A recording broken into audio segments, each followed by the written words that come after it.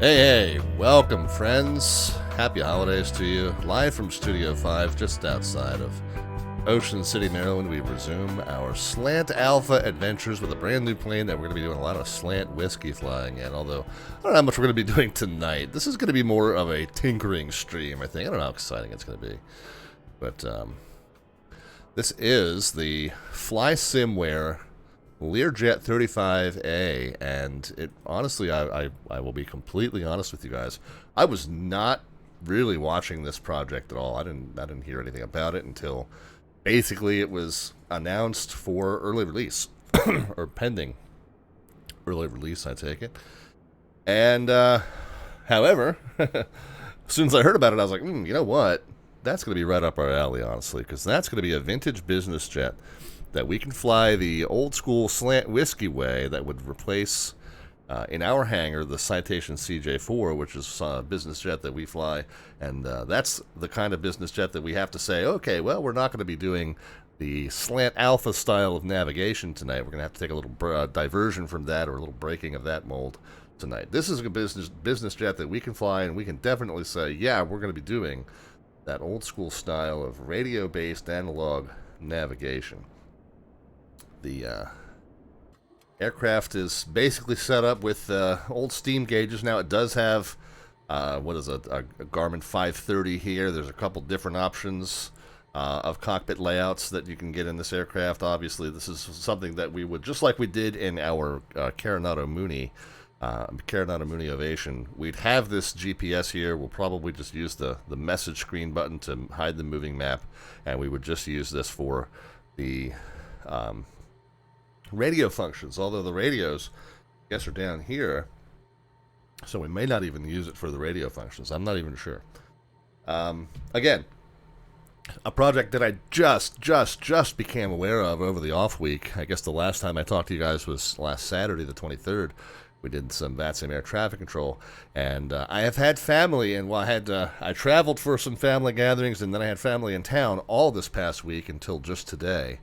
So, so I got to confess, I really have not had a lot of time to take a look at this. I've gotten just the basic control functions assigned. I did have some time this afternoon to play with it some more, but I'll be honest, the bulk of this afternoon was spent trying to remember how to send an LVAR through FSUIPC 7. So, and unfortunately, the documentation is a little bit on the dense side.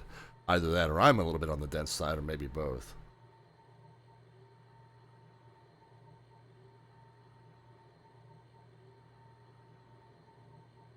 But regardless, it took me the bulk of the afternoon just to do that, and I don't think I have it working.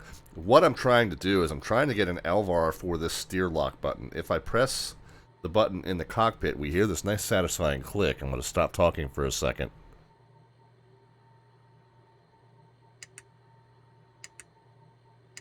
So you hear that nice satisfying click when we hit that there. If I press it on my yoke, the button that I've assigned to it, I don't hear any kind of clicking sound. So I don't think I have that assigned properly. There is not a binding that you can set through the main menu for that. I assign all my commands through FSUIPC 7 anyway, so that's not a big deal. But I don't think I have that one in there just right. So, and that's just like the Boeing 247D. There's a lot of stuff that you can't set through the default bindings through FSUIPC. You have to use these LVAR offsets, and it just took me forever to figure out how to do that. And I still, like I said, I still don't think I have it quite right. Anyway, one thing that I do have is I have my reverser, my the lowest detents in my two throttle levers. Like obviously, the throttle levers work fine. When I pull the throttle levers down into those lower detents here on my Honeycomb Bravo, that does activate the reversers. However, it doesn't seem to activate the levers in here. Those do work. Whoops. Those do work. However, when I pull the Bravo's throttles into that low detent, it does turn them on, and I can turn them on individually or what have you.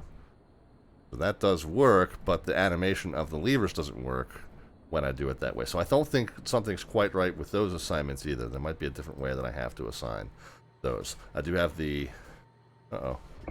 yeah, brakes. Brakes are not showing as working, but I do have the parking brake on. If I disengage the parking brake, I'm not going to be able to re-engage the parking brake because you need hydraulic pressure to do that. And so we don't have any hydraulic pressure in the moment. But and so here's my flaps, flaps lever. That's all working. So I've got the basics working. I don't have landing and taxi lights working. Let's pop the yoke out of the way here. I do have the other switches, the other light switches working. Beacon. And I think the physical switches for those are located over here on the first officer side. Yeah, so beacon, nav, and strobes work. However, these switches in the cockpit here are two position. You got one for taxi, one for landing, and so I don't have the bindings done on my Honeycomb for that because it's not the way the Honeycomb is set up for that, and the default bindings don't work for those either. So I'm gonna have to figure that out as well. Neither do I have any of the autopilot functions mapped yet, and I understand that this autopilot in this aircraft works a little differently than a modern one does as far as the way altitude hold and pitch hold works. So we will see how it goes. And yeah, it's going to be a little bit of a learning experience for us today. Some friends to say hi to in the chat. Hype Kingfish is here. He Drippy is here. Eric FX is here. And Valentine Racing AC. Valentine, welcome to the stream. It is, yes, indeed. FlySimWare is the developer. I believe it was $40 US to pick this up over the last week, which is pretty reasonably priced for the quality and the in-depth modeling that they've done here. But yeah, pretty high quality add-on. I am not connected to the VATSIM network. I am at Martin State Airport, which is what I considered for a long time my virtual home airport. This is right outside of Baltimore, Maryland. So this is just east of Baltimore, right here on the waterfront, really, over on the eastern arm of Baltimore County, which surrounds the city of Baltimore. So as we go up and we're looking to the west, we can kind of see the city. Where's the here's the Key Bridge here. So the inner city would be right here, and then BWI Airport would be kind of up. You can kind of see the sequence lights for probably runway 10 there, right here at BWI. I'm sorry, 28 rather. So so yeah, that's where we are. Man, I'm apologizing that I had to keep clearing my throat. I'm going to try and hit the mute button every time I need to do that, but now what is that up there? Is that that can't be another airport. Maybe we'll fly up there and check that out. I think that might just be a texture thing. I can't think of another airport. Can't think of another airport that would be in that direction. Anyway. So we're at Martin State Airport, and like I said, when I was living in the Baltimore region, this was kind of what I considered my virtual home airport. When I fly, when I fly commercially, I typically fly out of BWI, but Martin is it's a Class Delta just east of the city, and it is not only is there a general aviation flight school here, so you come if you do any plane spotting here at Martin, you'll see a bunch of Skyhawks in the pattern. But they also have the Air National Guard wing here over on the east side of the field. Actually, if we were to take a peek over here, everything on the east side of the field is all the Air National Guard base. So you would typically see some A-10s and I believe C-130s, small turboprop cargo planes there. But this is all the Air National Guard complex, and you'd have them scattered throughout the tarmac here. And then this is the civilian ramp, and not only is there a general aviation school, but there is a decent amount of corporate. It's almost like Baltimore's executive airport, if you will. So corporate business jets fly in and out of here, and a handful of them are based here. And then down here at the southern end of the airport, right on the waterfront, is what's known as Strawberry Point, and that is that's the base.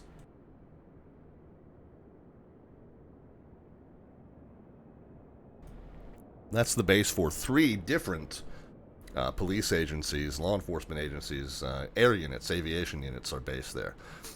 The Baltimore City Police is based here. Theirs is called Foxtrot. Baltimore City Foxtrot is based here. Interestingly, this is not even within the city. The city, as I said, is about 15-20 minute drive west of here. I guess it's only about 3 or 4 minutes by air. But this is where the city helicopter is based. Baltimore County's aviation unit is based here, which they just call County Air. And then they have 2 Bell Jet Rangers and a fixed wing aircraft of some sort. They mostly fly the helicopters, as I recall, or maybe that's changed. My information on that's probably pretty outdated. And then one of the 7 Maryland State Police medevac and search and rescue helicopters is based here. Trooper 1. This is the first and primary base of the 7 Maryland State Police medevac helicopters is based right there. Anyway, neat facility, Martin. You get to see a lot of different styles of aviation occurring here if you ever come in plane spot. Looks like a couple other folks have stomped into the chat. 42 Victor, Rich 42 Victor, and Iowa Scotsman are here. All right, there is a tablet. I found it here. And turn it on. And it has, well, we can put wheel chocks on. This is lights. I'm not going to worry too much about it. Let's go ahead and get some ground power services. We would, I guess, have all these static elements on. The front cover is, cockpit cover. I guess obviously we want to take that off before we fly, but just to see what it looks like from the outside, you've got the engine intake and exhaust covers there, as well as the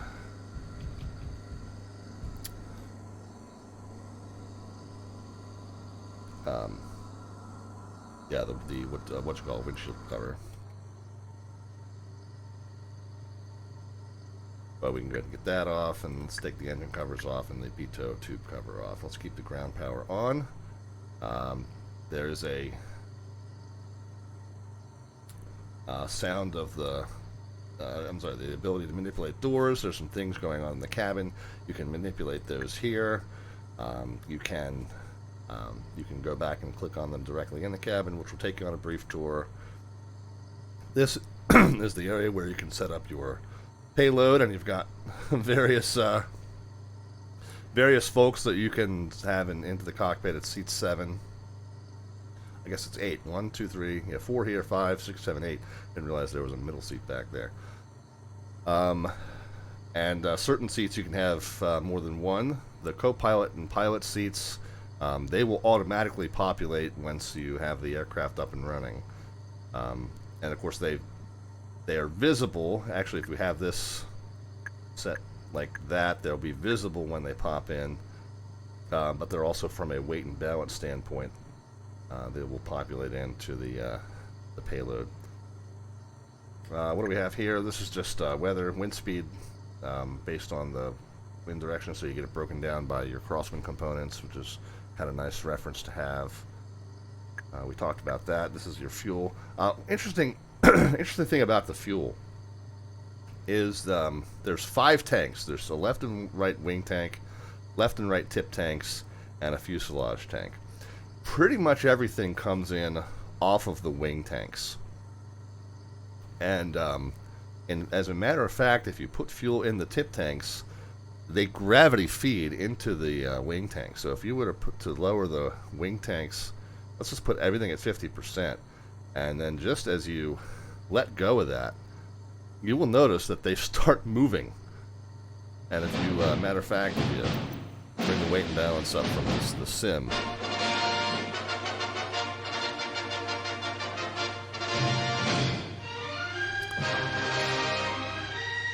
Dane Flats is here. Hey, yes, it is indeed the vintage Learjet 35A.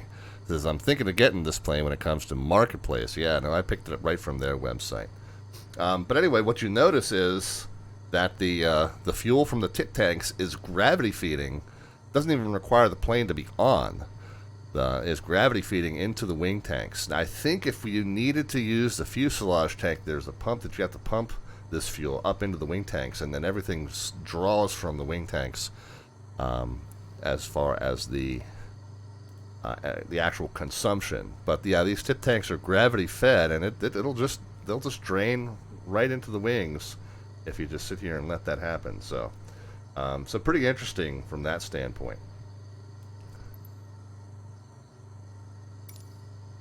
What else here? We talked about these settings. We'll take you on a tour of the cabin. We talked about the payload loader there, and there's your fuel, weight and balance page. And then so this is a bunch of checklists, which is nice to have here. We'll be relying on these a lot today. I have not, like I said, I haven't had a chance to tinker with this, so I have not had a chance to really go through these flow lists and kind of come up with my own flows. Of course, we'll skip a lot of just the checking everything to make sure it works, because we assume everything works.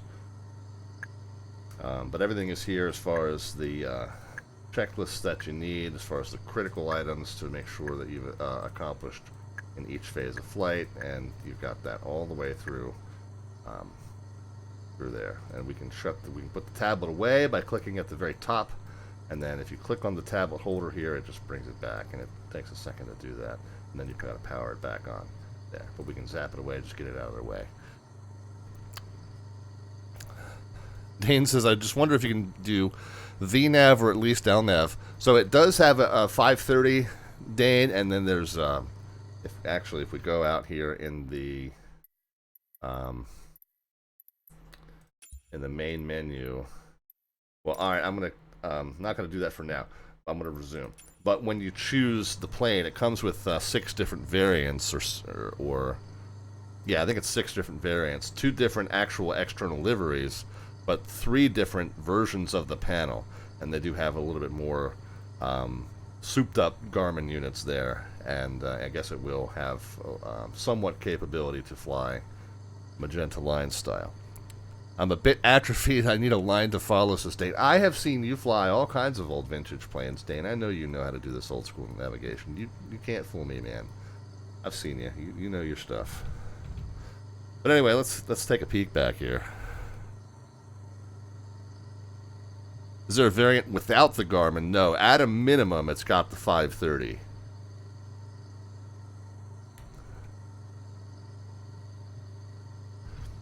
But the cabin's modeled pretty well with, you know, these tables that open up and stuff like that.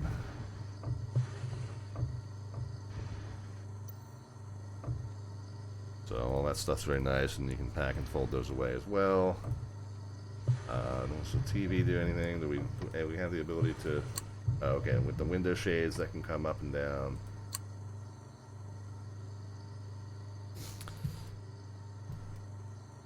And then you can open and close the door.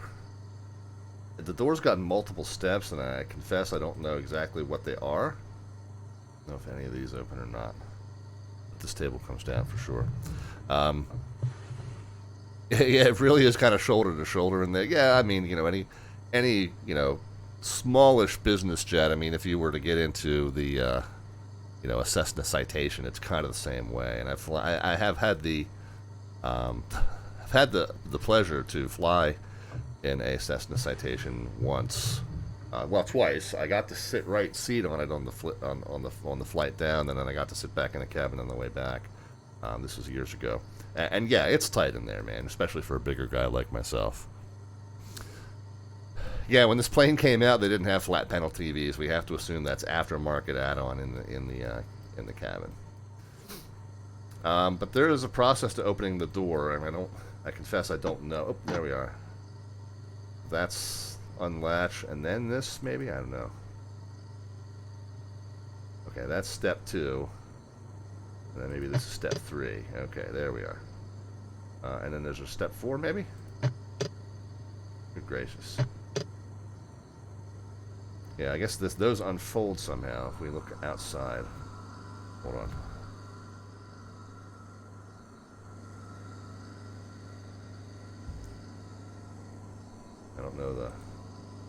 I don't know the click spot to unfold them.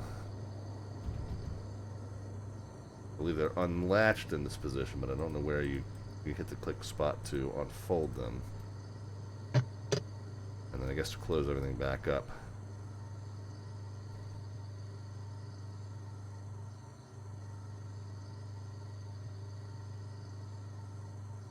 And then, yeah, there was something about the door in the Discord they were talking about it, and I wonder if I got to go into the tablet now and finish that process, because now it's stuck, and now it won't pressurize because it's not fully sealed. Let's go here. It's gonna let me do that.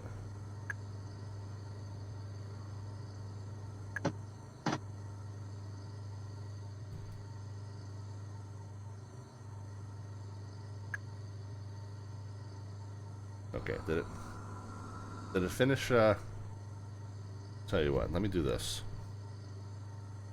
Okay, it's finished reclosing that. Let's set a camera view like right here, and let me kind of quickly be able to go back to it. So let's open the cabin door and we'll watch the steps. Okay, oh, that's the first step, as I do that. No?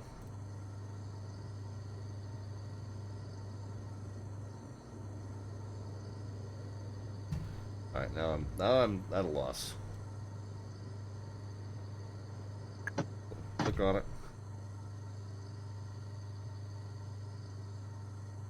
Okay, that's closed and that's closed. So I guess it's fine. Hopefully it's fine. Guess if it's not fine, we'll figure it out. And then these are all just cabin lights.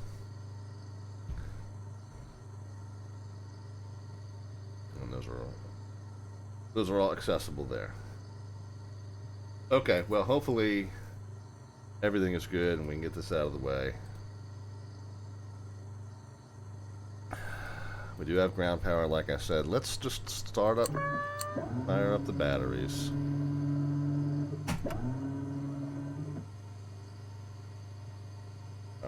Again, if I disengage the parking brake, I don't have hydraulic pressure with which to return that parking brake. And then let's come back here and go through our pre-startup here.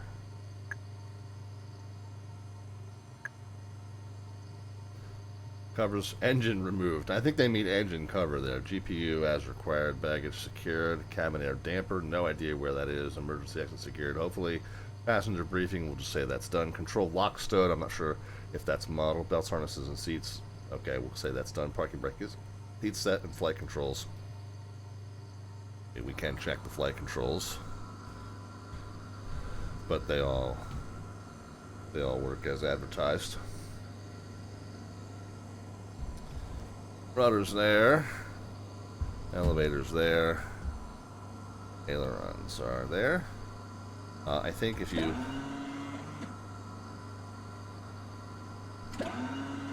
go into a certain degree of flap, you'll actually get the spoilers functioning with the ailerons there, but I think that must be at the flap only.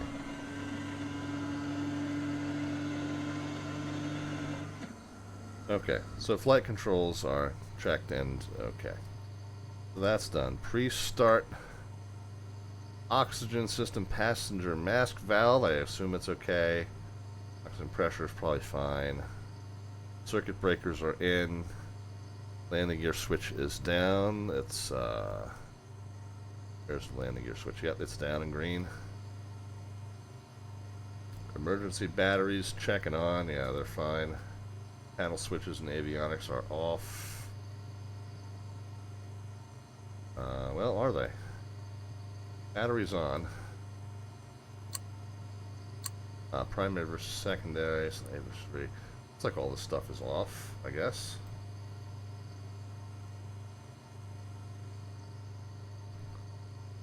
Batteries on.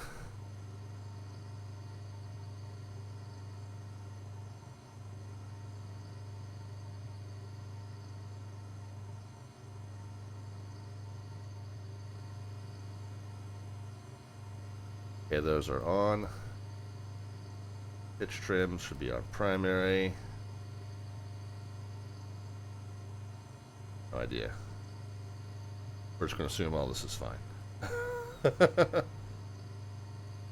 Oh, with the hydraulic pump on, I wonder if now I can reset my parking brake. Okay, that works now. Okay, good.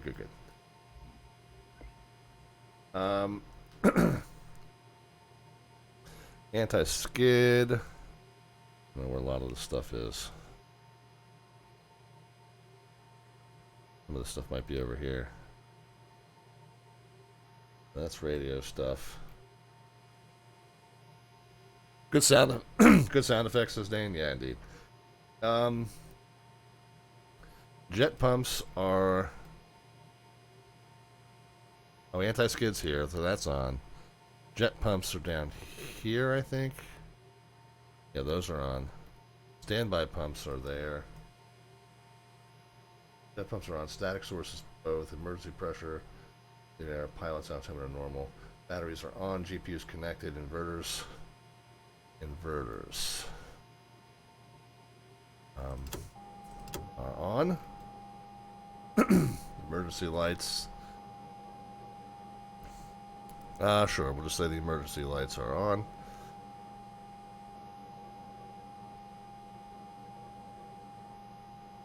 System pressure. Hydraulic and emergency air pressure. Parking brake set. Emergency brake handle pull from recess. I don't know what that means, whether that should be up or down. We're going to leave it up. Well, pulls from recess, then return. Do not push handle downward. Okay, so I don't know what it means by that then. Hydraulic pump should then be off. Okay. Off. Let's see, their lights will test. Okay, yeah, they're fine. Warning systems, ice detect lights, gear warning, fires. Yeah, everything where it says test, we're just going to assume it's fine. Cabin altitude, we'll say it's fine. Stick puller and the Mach warning, Mach trim, yeah, all the stuff that we're gonna skip and just say it's working fine. Standby gyro uncage. Where's the standby gyro?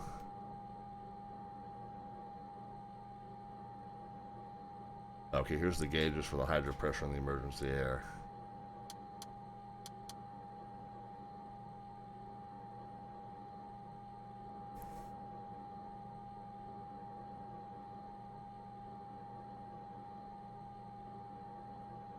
High pressurization controls left and right bleeds on.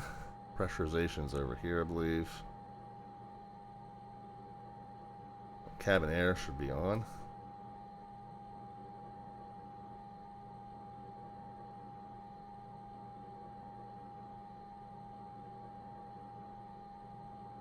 I can't remember. We're fine.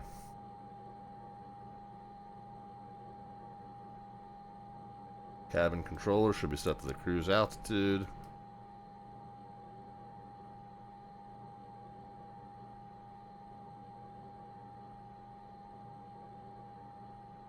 We'll say we're going to be at 40,000 feet today, so 6,500 cabin. Brake selector, cabin temp control is good. Everything that says check here, we'll say everything's fine. Fuel quantities, again, we can, where's the fuel? Okay, yeah, here's the left tip. Oh, the left tip's now empty. Left wing, fuselage, right wing, right tip, and the total. So we got 3,000 pounds out of 6,200 capacity.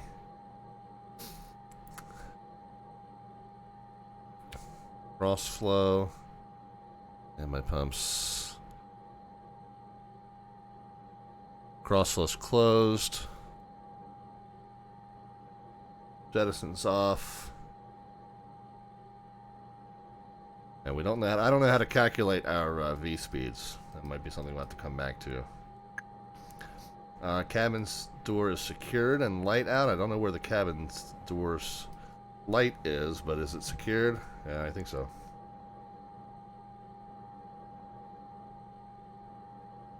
Fuel computers are on. Air conditioner's off, aux heat's off, batteries are on, inverters are on, parking brake is set, hydraulic pump is off, beacon light is on, thrust levers are in cutoff, I believe they are.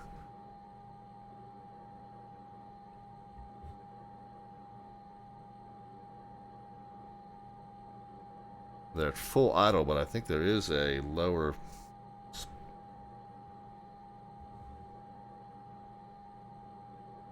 I don't have, yeah, I'm not sure. Oh, there's a toggle button. Yeah, there is a position below that. That's the cutoff position, but I don't think... Well, there we are.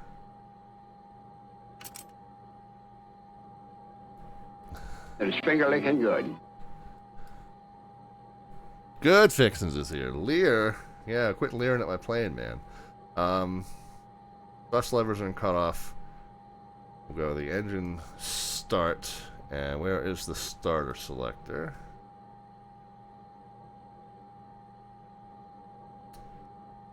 Air ignition right.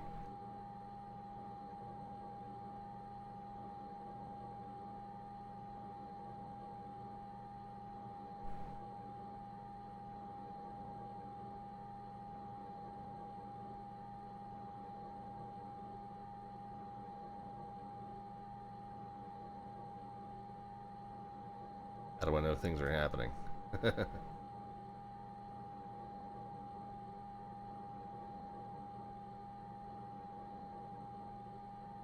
Engine gauges. And nothing is happening there.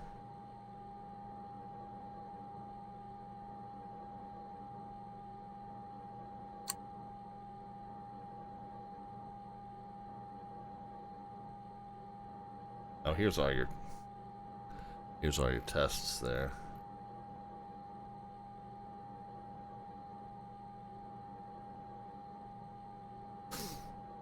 All right. Here's all your engine gauges.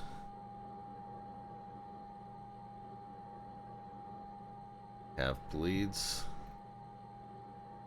It's lights.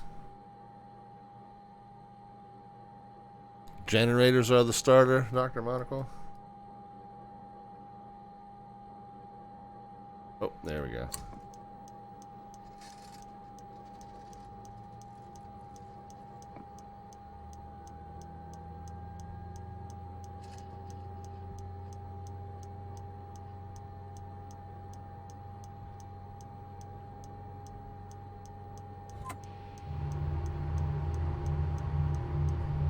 Okie doke. Yeah, we got something happening.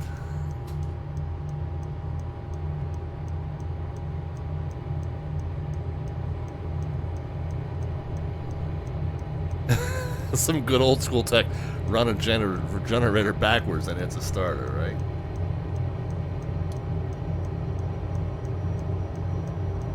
Alright, turbine temperature starting to settle in. Turbine speed. Those sounds are pretty loud. I'm gonna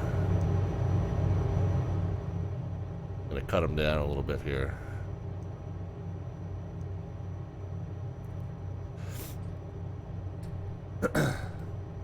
Cut them down on my headset also. Yeah, I love that radar screen. I gotta figure out how to put the oh, there we go. Put the message screen up over that so we can't see the map. So there's our number 1. Our number 2. Let's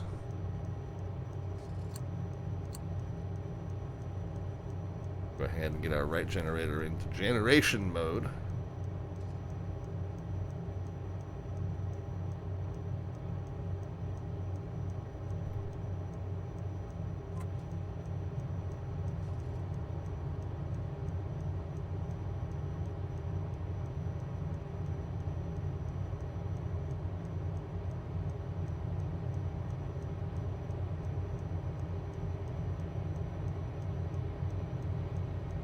Alright.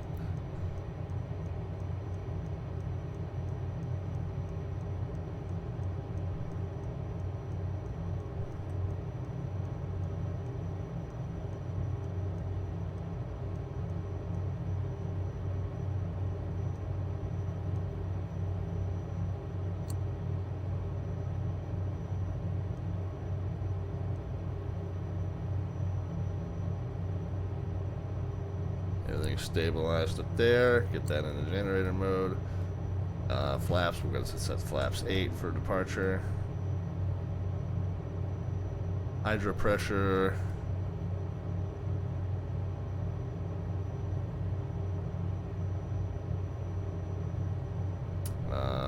Hydraulic pressure is now being supplied by the engine, even though the hydro pump is off. So that's good.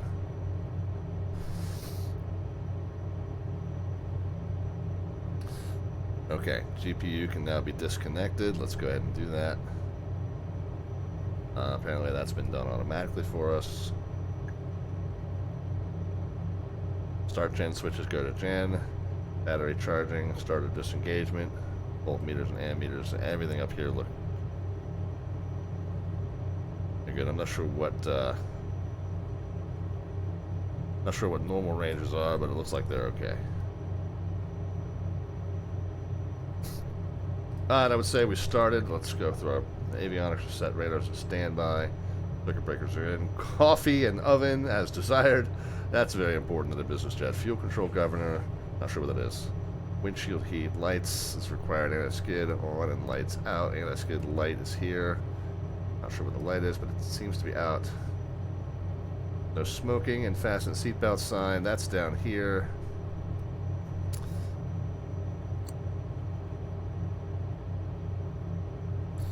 Parking brake is released.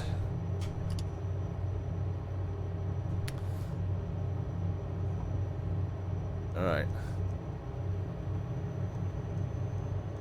We're rolling, guys.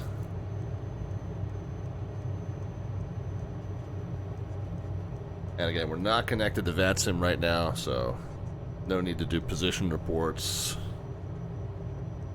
Nobody here at Martin anyway.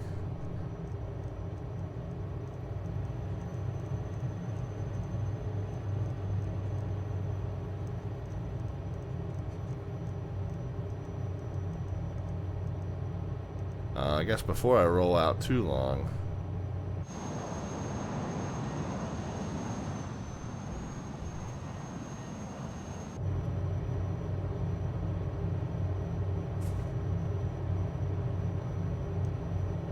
what is our wind? Wind is calm. All right, so let's do patterns on 3-3 here.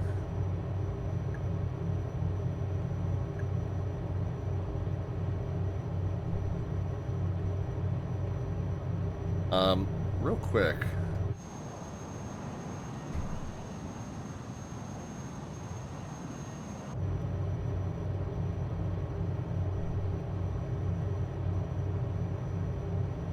So, yeah, so obviously I've got a incorrect bind to put in for the reversers.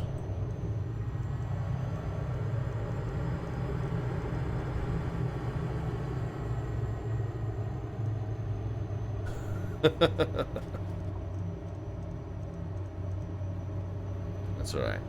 So for right now, I can do idle reverse only. I'll have to research that later. Wait a minute.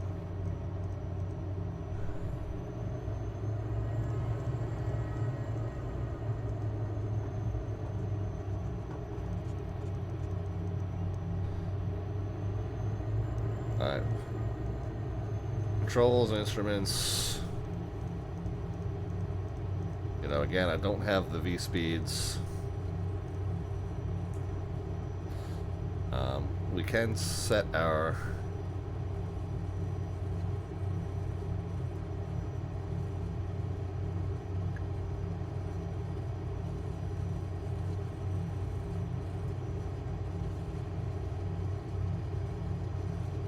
okay, there's nothing really too difficult to understand on that.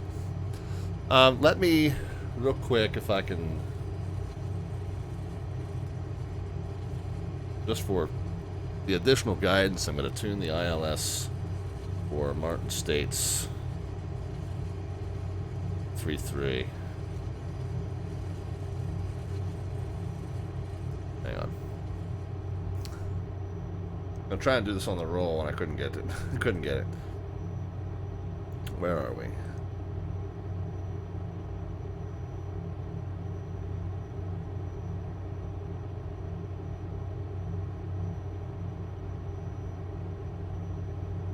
Just to have it as to assist our patterns here. 110.7 and 326. So we'll just get that tuned in.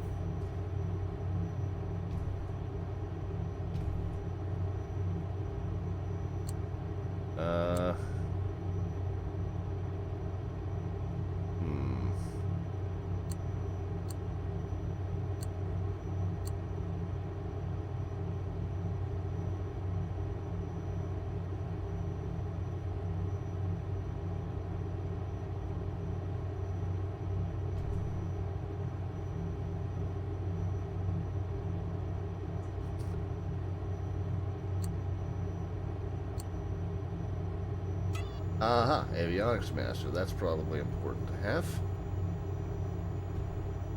Hey, look at that. Okay. Oh, and this is COM 2, and this is NAV 2 probably. So probably COM 1 and NAV 1 are up here. Yeah.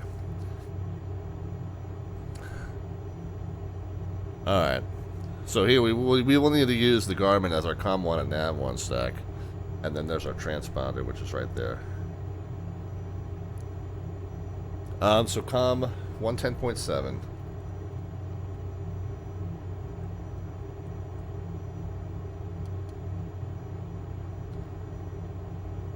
And 326 as our course. I have that here. Set our heading bug to 326 also. Okay. And then we'll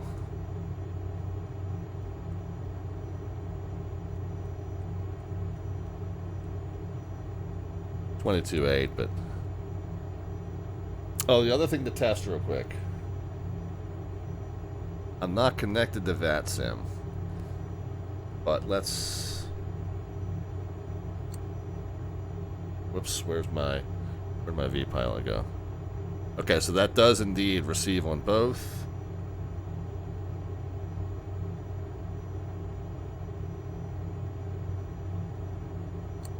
Okay, so that's good to know. And then this should be which one I transmit on.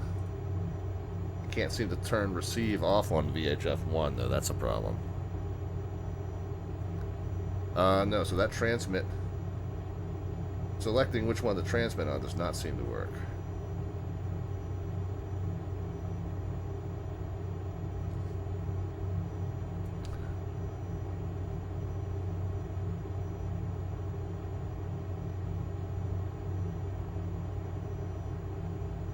Okay, so that does not seem to work.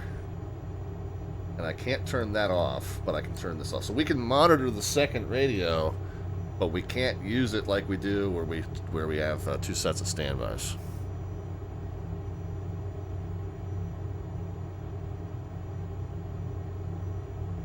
What was in that Garmin spot before the Garmin was invented? Probably just a standard COM1 NAV1 stack, I would think. If this is your COM2 NAV2 down here, then this is probably where your COM1 NAV1 was.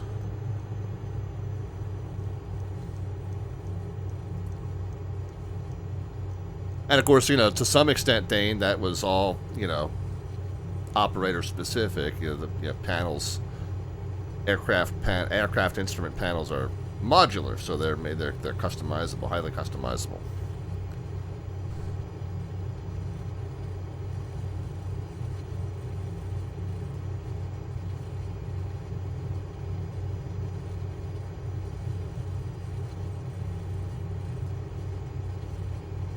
I got your modules right there.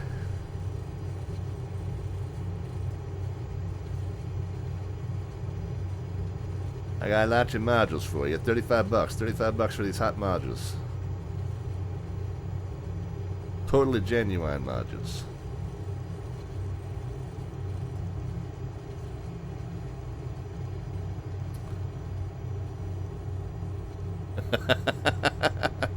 Alright, Dane, have a good one, man. Always a pleasure to have you on.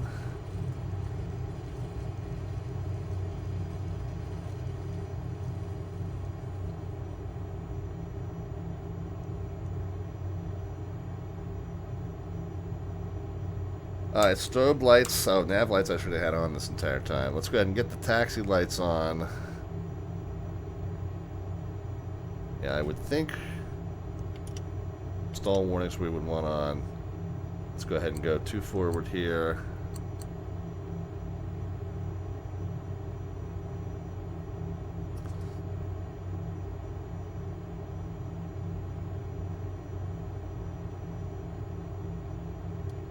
Heat on.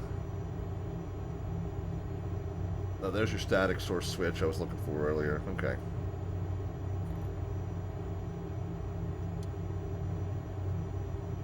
Oh, VOR GPS. We're going to need that set there all the time.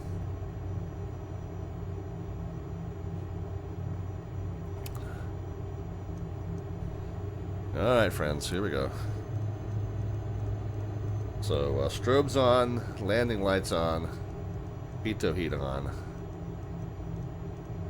Should we get the weather radar on? We should have gotten that on during the taxi out, I assume.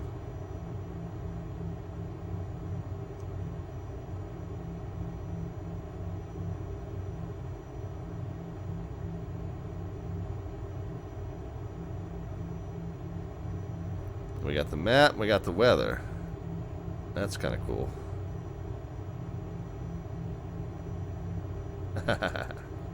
That's pretty slick right there.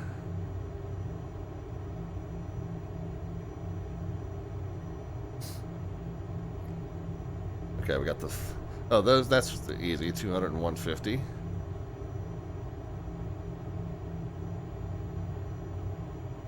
Gonna have to get this plane good fixed. Yeah, man, I kind of think so. Sounds are freaking phenomenal. I got them turned down for you guys a little bit. They were a little overwhelming. Let me put them back up a little bit here for you. Is that good, guys? Is that right there? I don't know how bad it's going to get when we go to full power.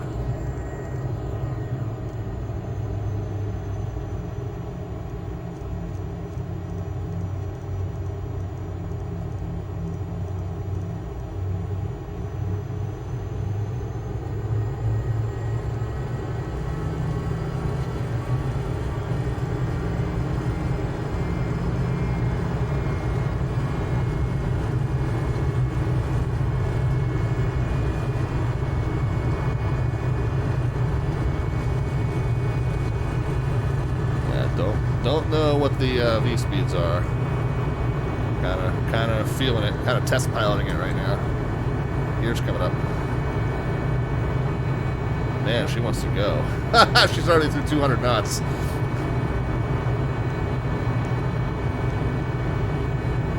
Laps should come in, I guess.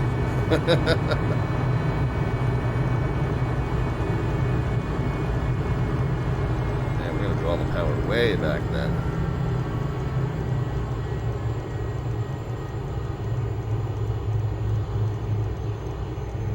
3,000 feet already, crying out loud.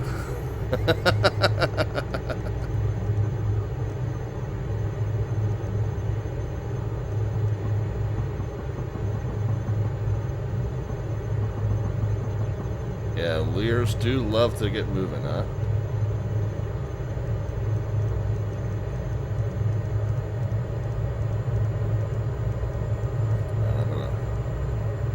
Let her fall just a little bit. I could hear there's some banging around that happens when you engage the trim, and that's normal.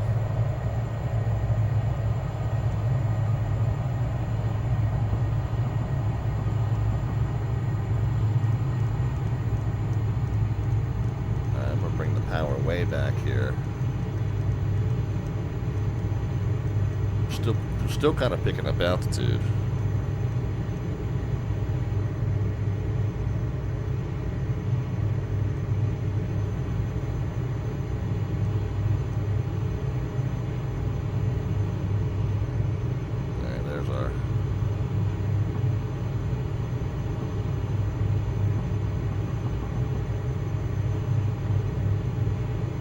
Hand flies pretty nicely. A little bit of adverse roll in there, so you do want to coordinate.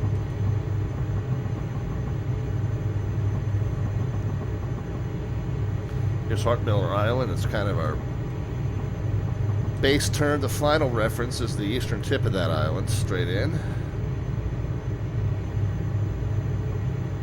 No, but what's our speed at? Yeah, we're...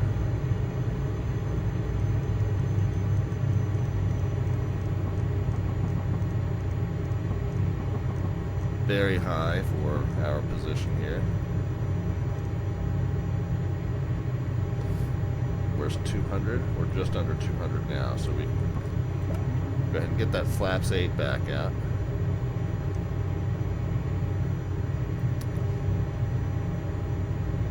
Fireheart Macbeth stopped in. Mary Arbitrary, missed you earlier.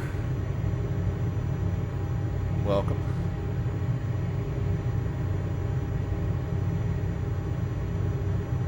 So what was the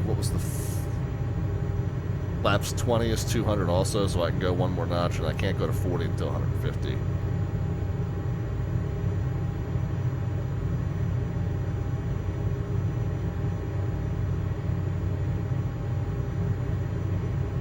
I got her back pretty much at idle here.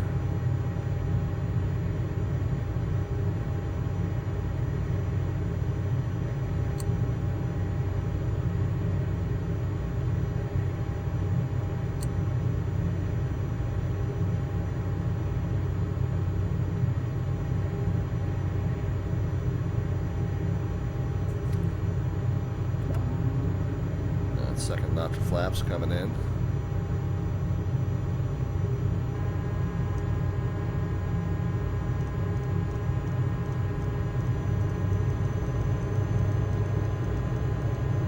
We'll go ahead and get gear out. I think that's why it's yelling at me.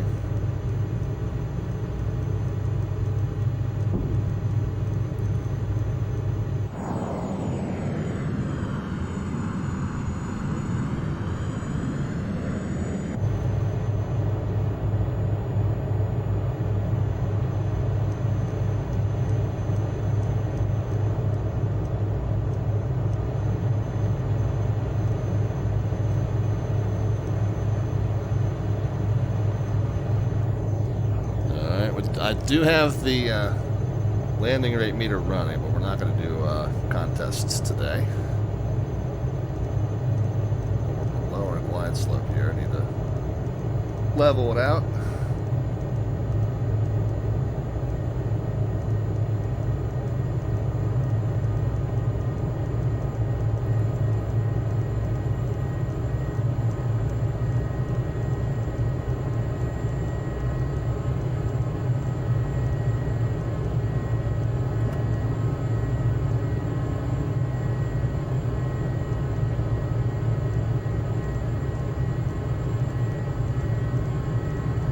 Overshot the turn to final.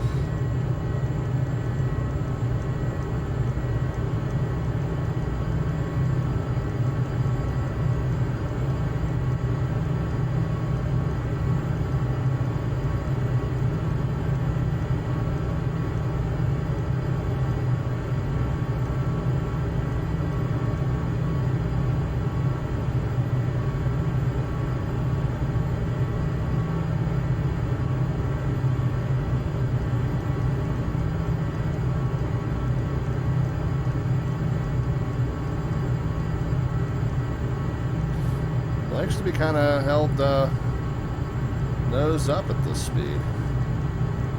Not like the Citation. The Citation, you feel like you have to lower the nose and point it at the runway. The Lear likes to be kept a little bit nose up attitude here, it seems.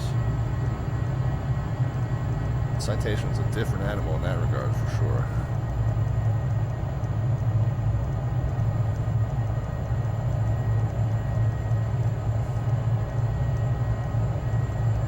Again, I don't really know what the V speeds are. I'm just kind of going with where the bugs were set when I booted it up.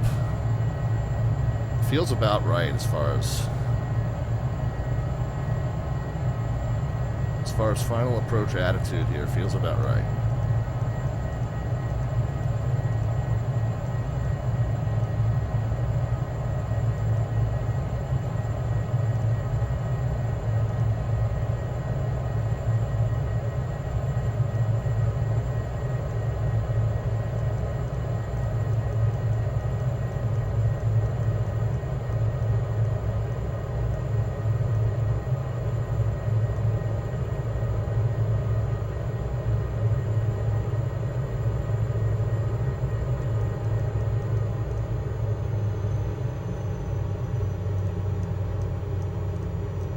Settle. That's a little firm. Not bad.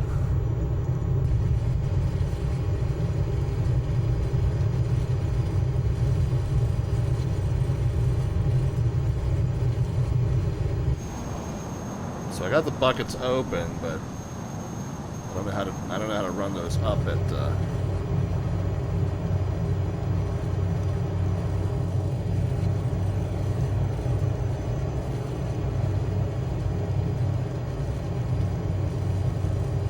I don't know how to run those up with the reversers. What I might have to do is put the reversers on a separate switch or something.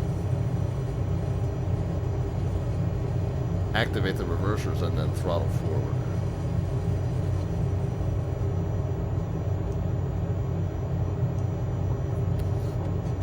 Alright, flaps stowed. Strokes. Pitot.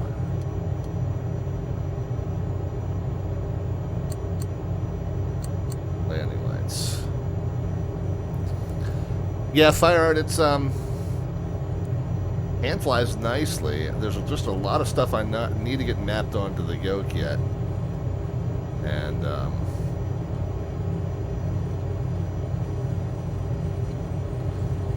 just understand a little bit better, just get a better understanding of the systems. Let's go back to flap safe for departure.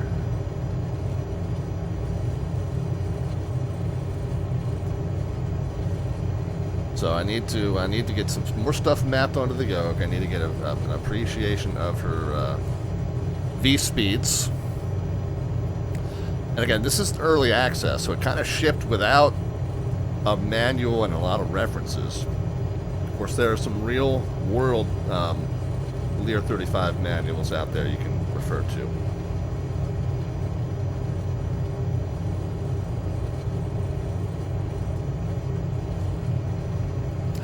.184 was the descent rate, by the way.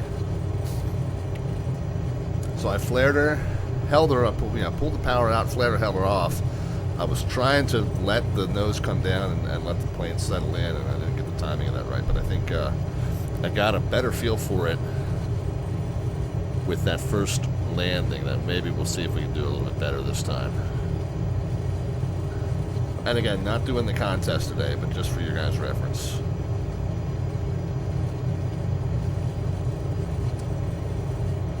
Loud. It's loud in my ears. I had to turn the sim volume channel in the stream way down.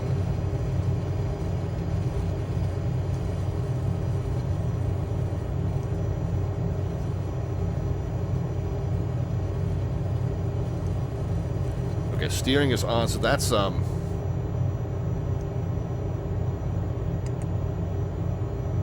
yeah, that's this button down here. I feel like I'm going to need to get mapped. Haven't gotten that figured out yet. Pitot heat, we want to go ahead and get on. That gets rid of that warning. Let's go ahead and get the strobes and landing lights on.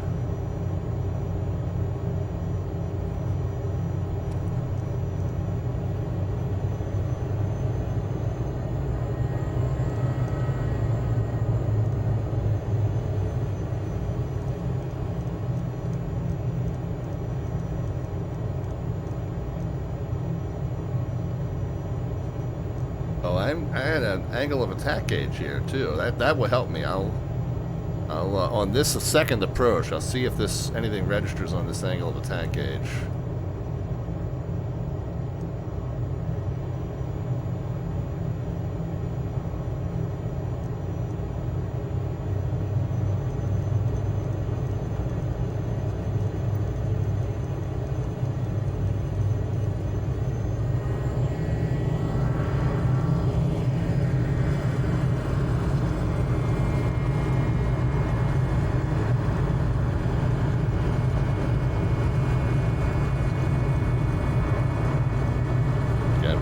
Guessing at the V speeds. Let right off the deck there. And look at this airspeed just rocket up.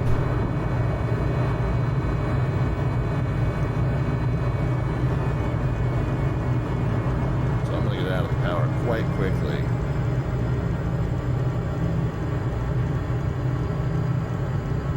Yeah, we're 2,500 feet already. Okay, yeah, and there is there's a little needle there on the angle of attack gauge.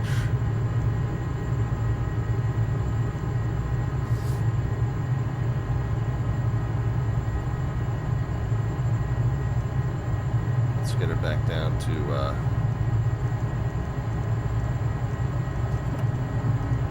2,500 feet. Pull the flaps in.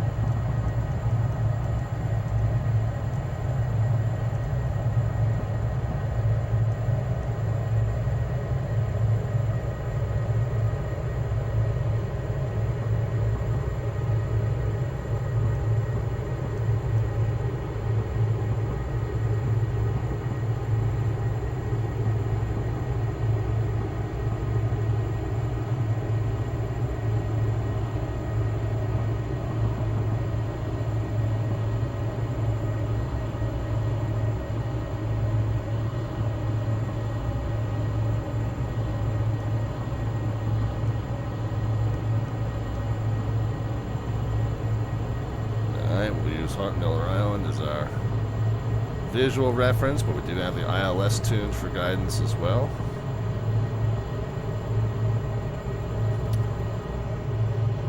Left downwind midfield.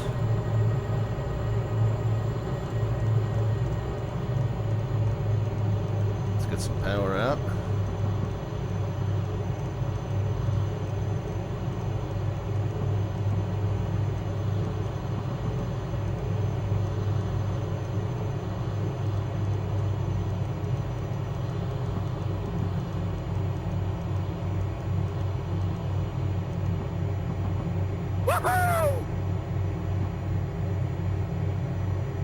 Rob Valkyrie is here. Hey, Rob.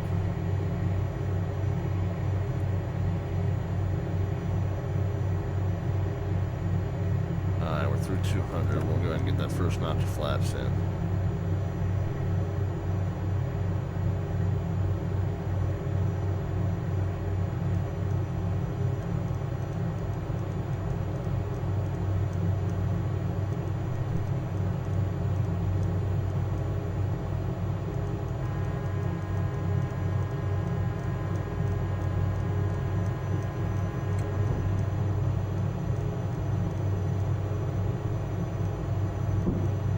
Actually,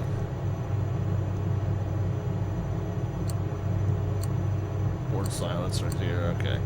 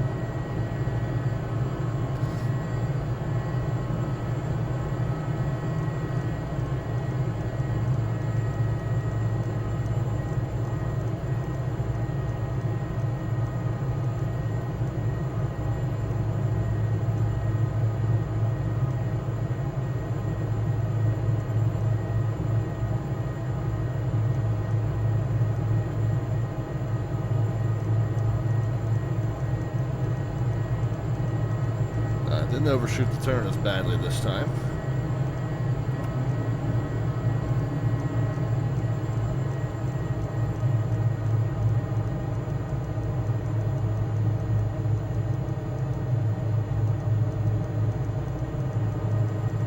Again, kind of guessing at the V speeds here, but it felt pretty good in this range.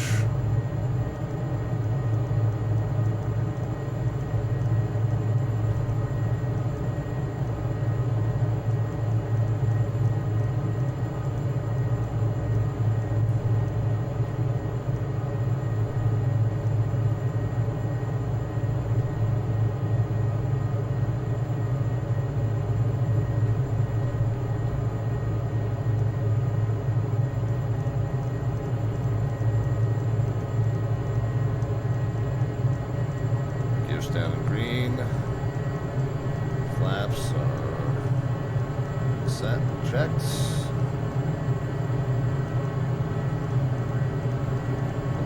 Line slope.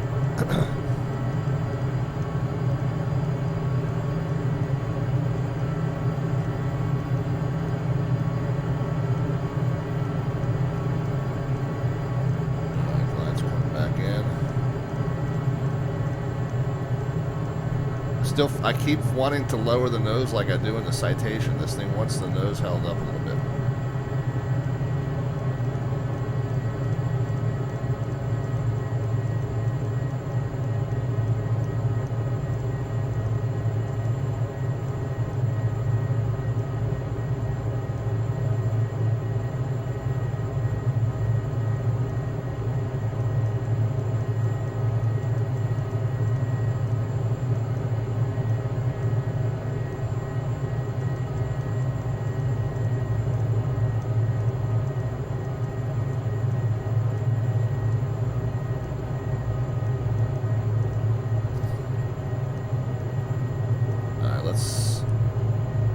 try power out exactly over the threshold.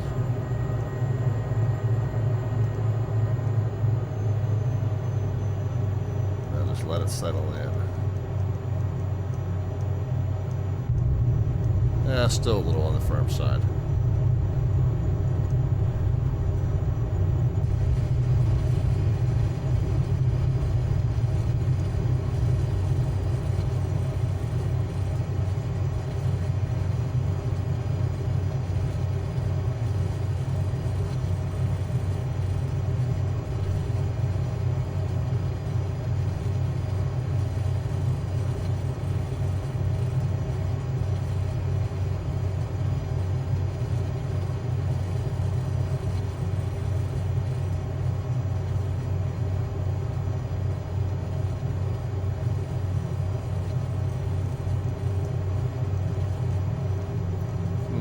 Okay, well, third time's a charm.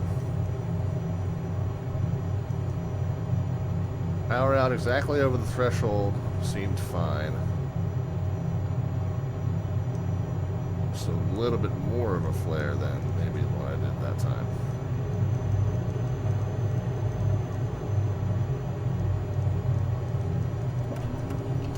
Flaps to be stowed, strobe off. Heat. And where's my landing lights? Down here.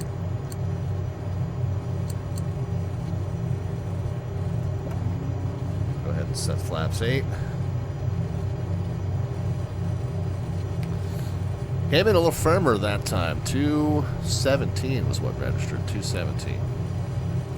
Again, we're not doing the contests this time for those of you joining late. Just for reference's sake.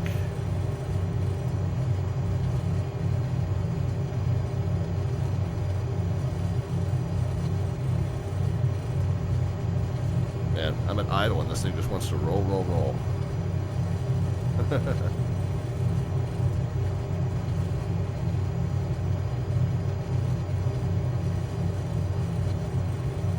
And I mean, flaps 8.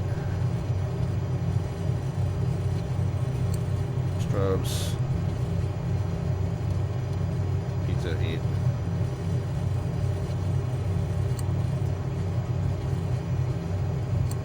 Landing.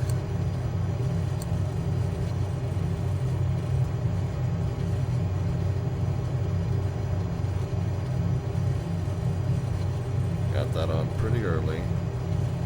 Let me field elevation here is pretty much 0. I can't remember what it is, but it's there. Oh, I wasn't checking the angle of attack gauge either that time. Meant to. It'll be interesting to look at that in the replay and see where it was. Because that'll kind of help gauge what the V-speeds ought to be. If we're well up into the green, then we're coming in hot. I'll try and take note of that this time.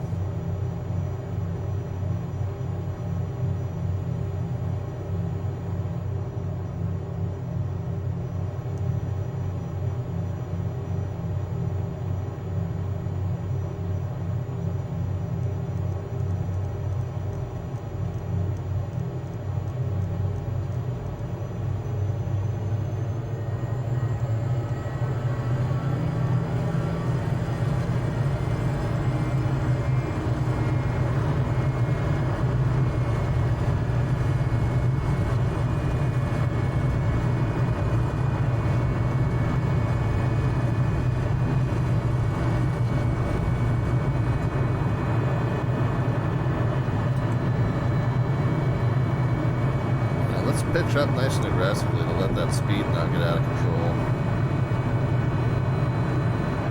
1,000 flaps coming in.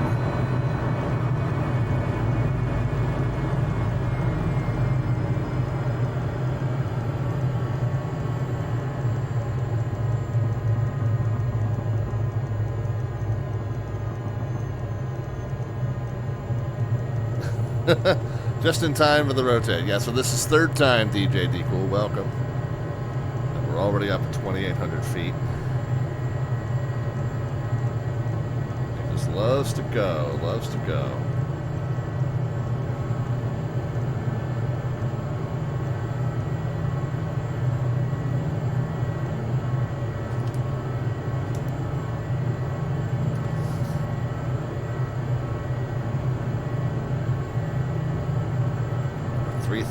Good gracious. All right, power coming back.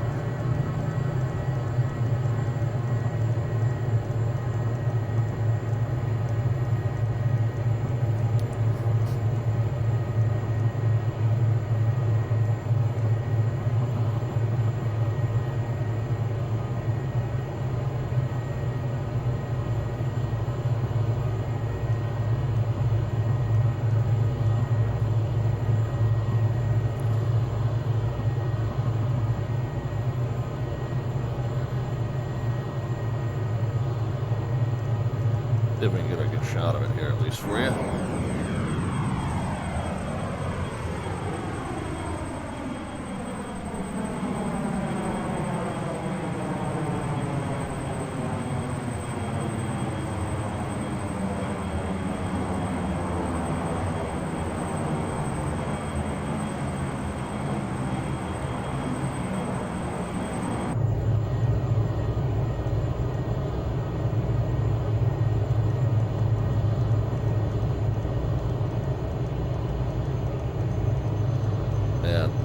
Engines are well back.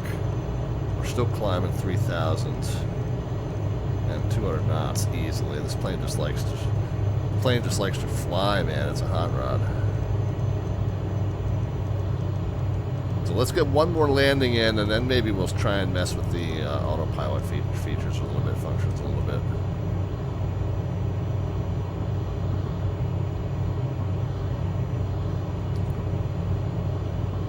Set up right around Hart Miller again. We're kind of doing visual patterns to Martin States 3.3, but I do have the ILS tuned in just as a sanity check and as a reference for our glide slope. It's been helpful to have to get set up on a good 3-degree glide and see what the parameters are. Engines at full idle. Holding 2,300. Speed wants to stay there right at like 190, 180. Let's go ahead and throw the first notch of flaps in, just for, if nothing else, just to help it slow down.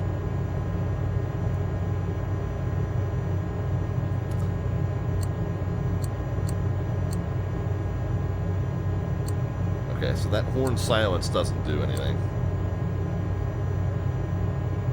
That might be the pressurization horn silence.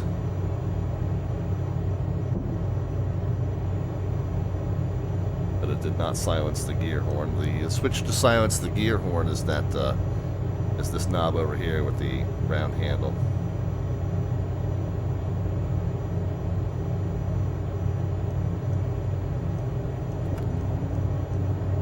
Go and get flaps too.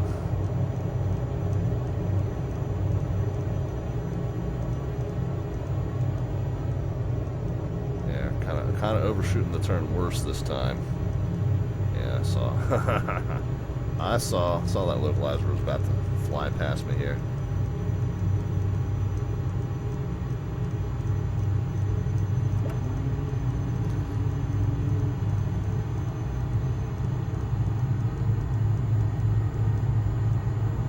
Significantly low on the glide too. We'll try and hold the altitude as best we can. Let the glide come down to us. Got fairly aggressive on the correction for that localizer, so that's come back in nicely. Ooh, speed's gotten down here. I'll have to speak a little low. And then we're still descending at a pretty good clip here, too. Again, I have this tendency to put the nose down. That's a citation thing.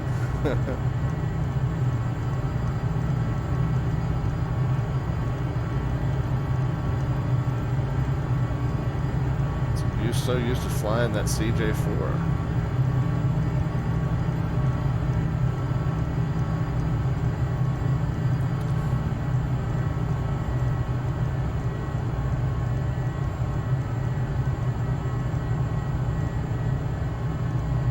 so angle of attack's kind of degree or two high here.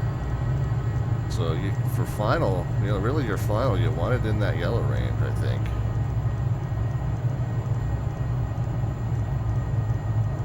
So maybe we gotta get, maybe part of the reason I've been thumping it down so bad.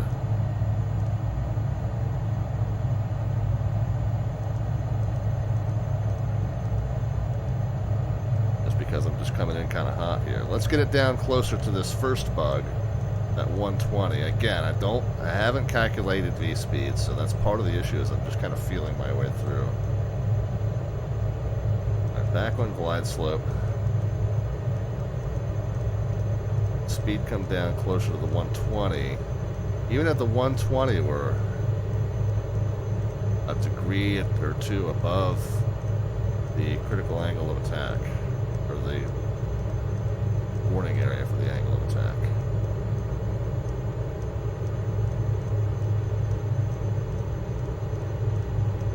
So I think I'm just coming in too fast.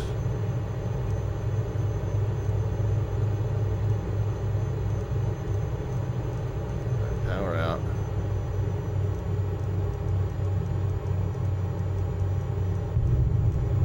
That felt well, it felt a little better, but it certainly registered like it thumped down.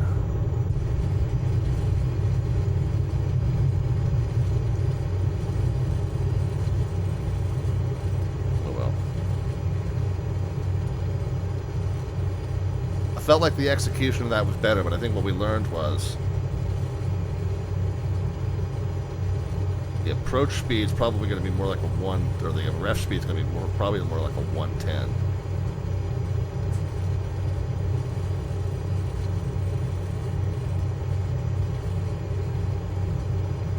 Good news is, though, the fire trucks were standing by.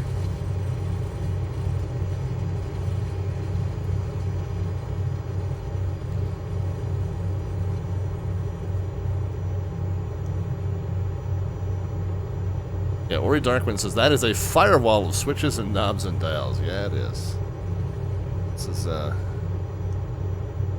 vintage BizJet flying.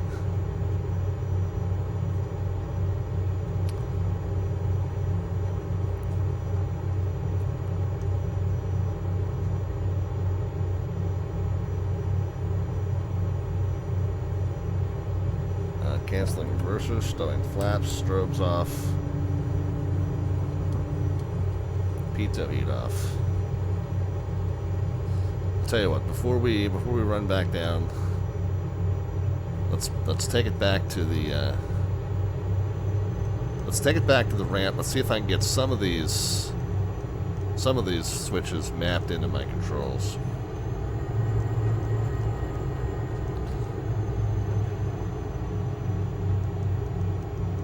Take a little break out of the cockpit for a little liquid recycling as well, so it's good timing.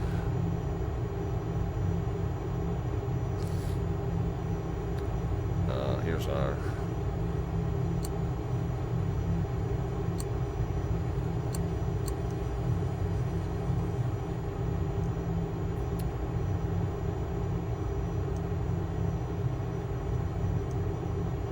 landing lights. Get those off. Guess we should have gotten our weather radar off, huh?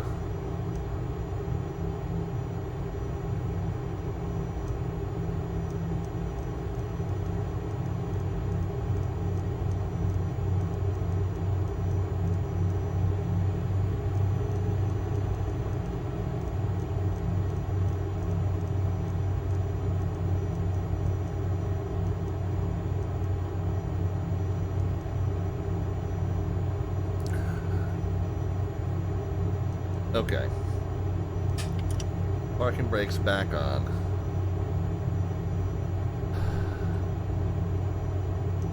Let's see if I can... Well, I guess what I want to do is probably turn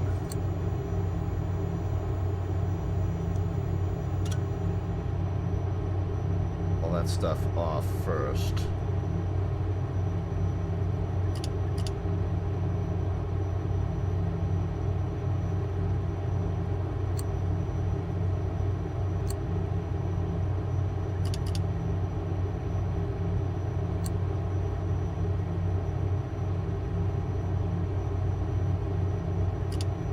all that stuff off.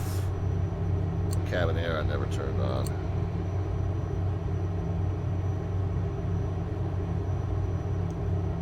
Alright, nav and beacon stay on until I turn the engines off. Alright.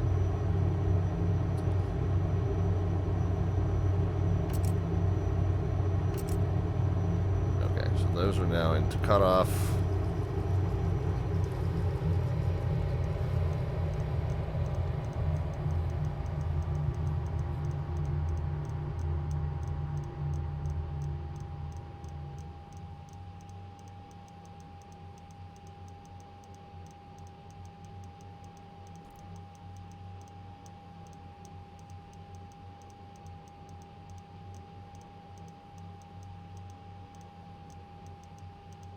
Beacon and nav.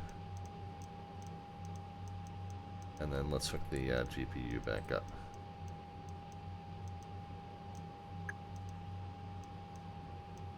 I'm gonna need some pliers and Melvin's here. set of 30-weight ball bearings. What the hell you need ball bearings for? It's all ball bearings nowadays. Yeah, so we no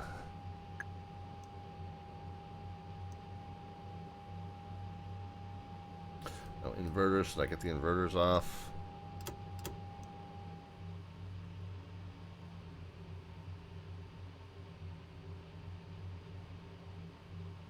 Okay. And then the batteries off. Don't worry, Mel. We got flying left to do.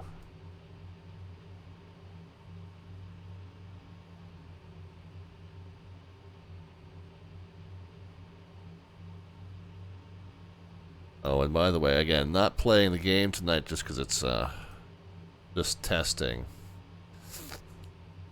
I still thumped it down at a 209, but we noticed that the ground speed on that was lower, and I think that's probably more where it needs to be.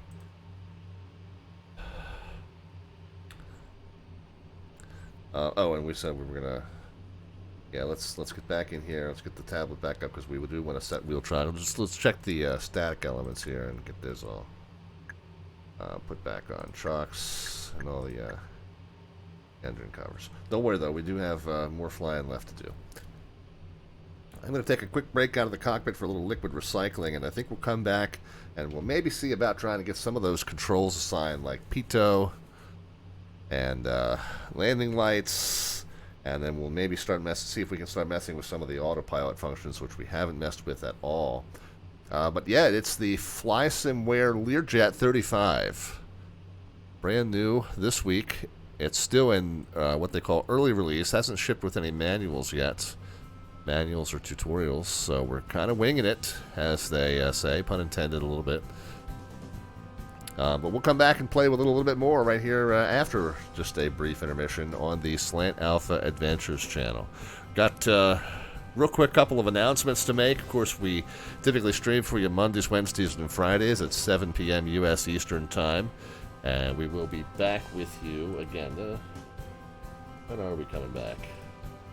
Back with you on Monday. Well, Monday's the next edition of the Bush League Backcountry Fly-In Series. So Melvin Leroy popping in at a opportune time to confirm we are going to be flying on New Year's Day. And New Year's Day is a national holiday, but New Year's Eve is really the time where most of you gather. New Year's Day the evening of January 1st will be our next edition, the first Monday of every month of the Bush League Backcountry Fly-In Series. So we'll be looking for that itinerary to be posted up sometime over the weekend over at downwindsim.com. We'll be flying our WB Sim mod of the Cessna 152, our tail dragger version of that.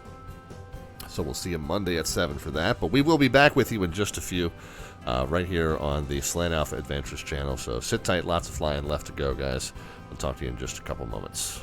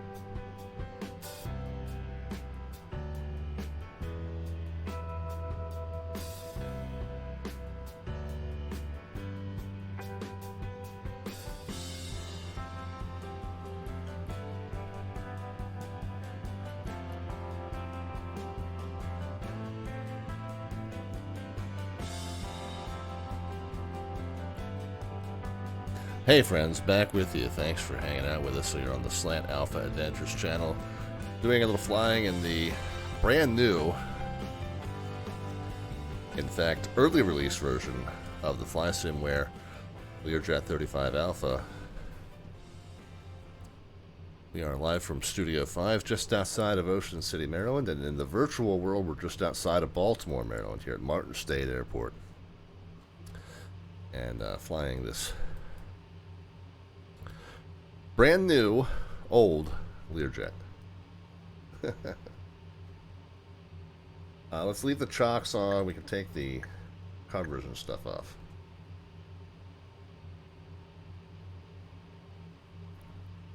Don't know that we need a GPU.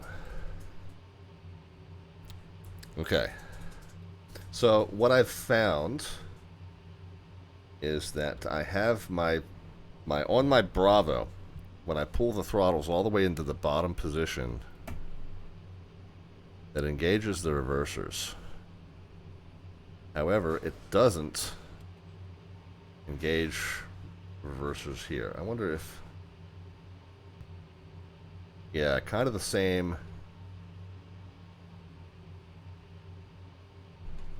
So the same way I do my PNDGs.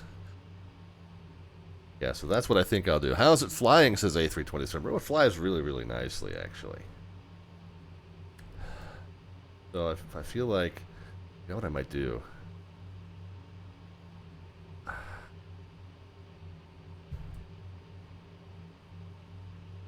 Alright, let's do this, guys. Let's do this. The rest of the stream, I don't know how interesting it's going to be. We're going to be talking a lot about control assignments. Hopefully we'll do a little bit more flying than it. This is FSU IPC7. This is the paid version. So right now I have that as reverse on, and when you release it, reverse thrust off. And the same thing for throttle 2. I'm going to actually change that to where those pulling the throttle all the way down into that bottom detente is going to do the same thing it does here in the sim, which is pull the thrust levers into cutoff. I'm going to use the toga button. The toga button doesn't currently work in the aircraft, so the toga button on my yoke is presently going to be my reverser switch. So let's do this. So let's clear that. And let's clear that. That 828, yeah, 28 is the toga button. We are going to set that for an input event.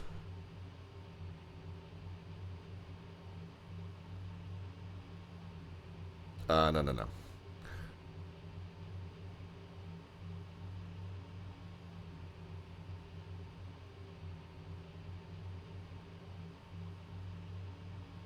Where is it? Select for key press. F2.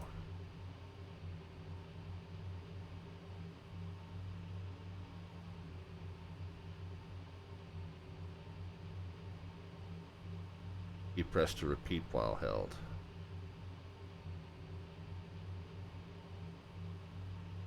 Gotta remember how I did it for the PNDG.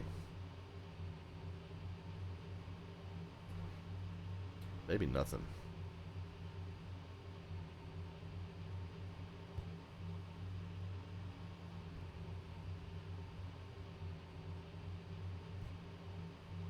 Okay, so the reversers, now do they work on the outside also? Yeah. How do I kick them off? Just touch. So hold it. And they stay on. And then how do I kick them off? Just bump the throttles up a little bit.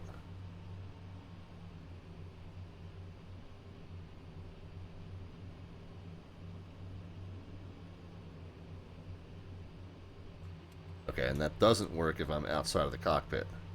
Because the key press, F2 does something different if you're outside of the cockpit.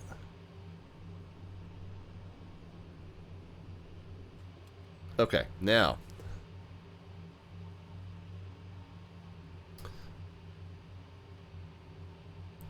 I'll have to find it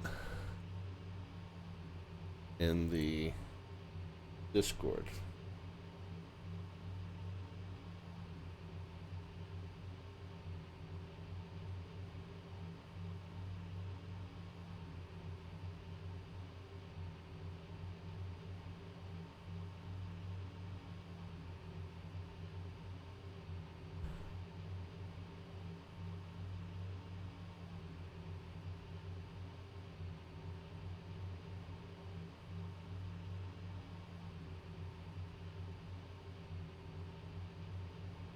Is there a way to bind the throttle cutoff detent? I used generic Lear shutoff 1 and 2.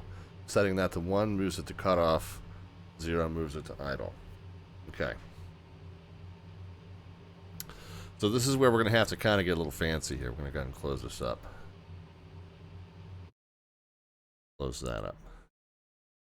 And I confess, I don't know that I'm doing this right.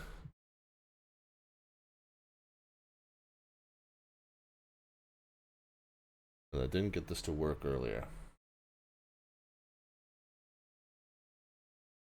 Maybe one of you guys can help me.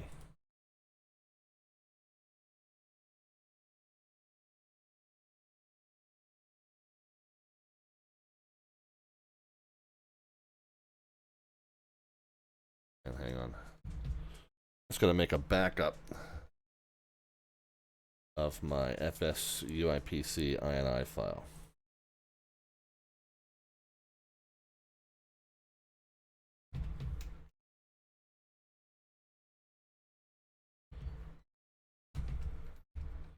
What's the 29th?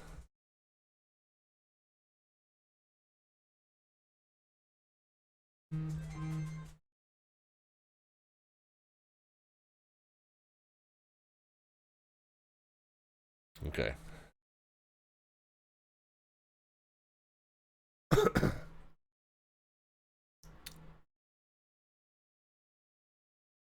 So we'll see how well I can get this done. I couldn't, there were some commands earlier that I didn't get entered right. Hang on, I'm going to have to check on a message here. I think that's probably a family member that was traveling across the country today, letting me know that they're home safe. I would guess, I would hope.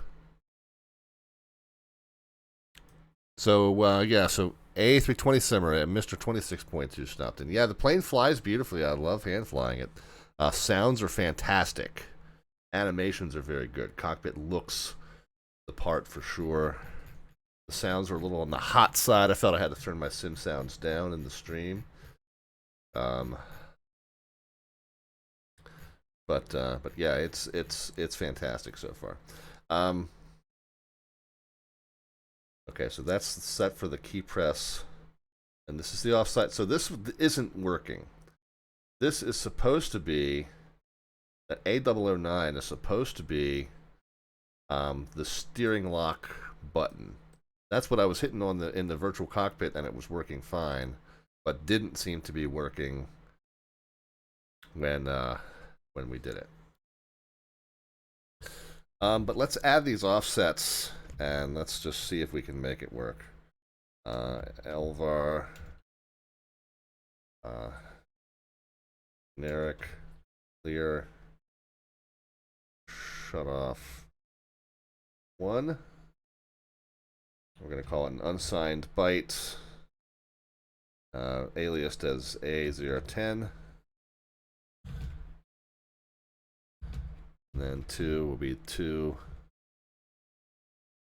A11.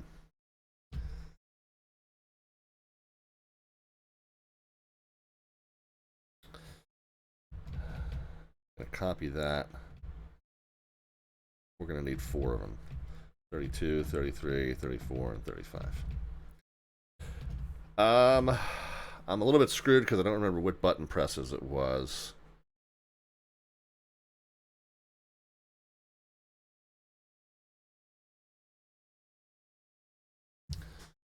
Was it release? Oh, it was press. Oh, repeat. R is repeat.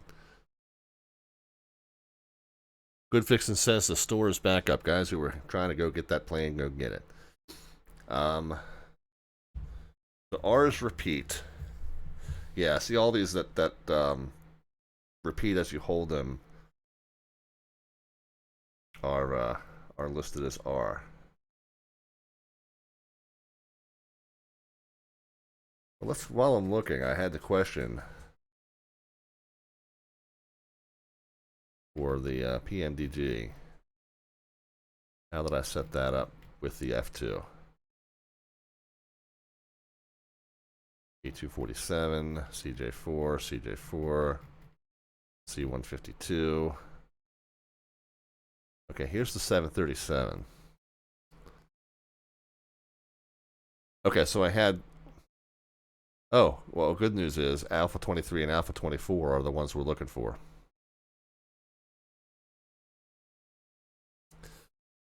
And there we go. 23 and 24, U, F1. Okay, that's what I need. U is unpress, I guess. So that's what we need down here. So let's go 33, 34, 35, 36.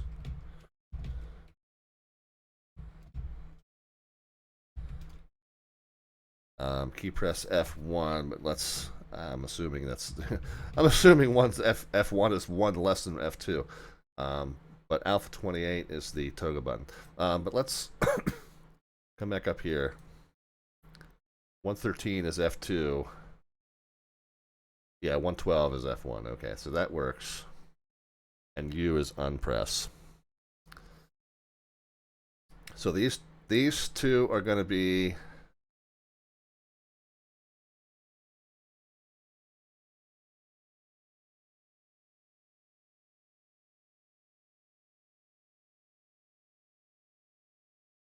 $10 and $11. Now I got to come back up here. So the Boeing, the 737,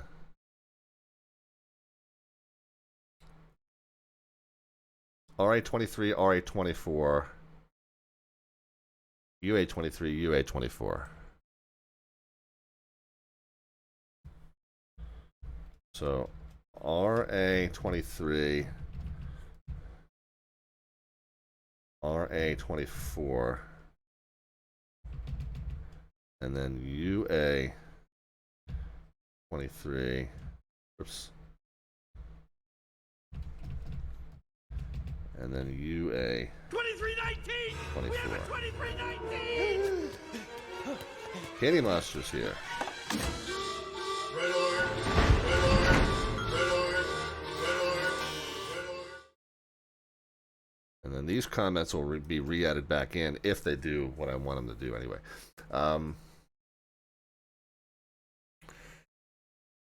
So RA, when we press that button, as a matter of fact, we don't want press, we want it to happen once. So we want PA, not RA. So when we press it once, we want the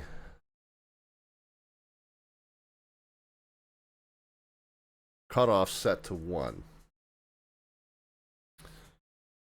So A 10 and 11 set to 1. And when we unpress 23 and 24, we want 10 and 11 set to 0. Is that what it said? When we set it to 0, moves it to idle. Okay. Unpressing the lower detents. Okay, so that should do what I want it to do. But noted that this did not work. So I wonder if there's something I've got that's not quite right.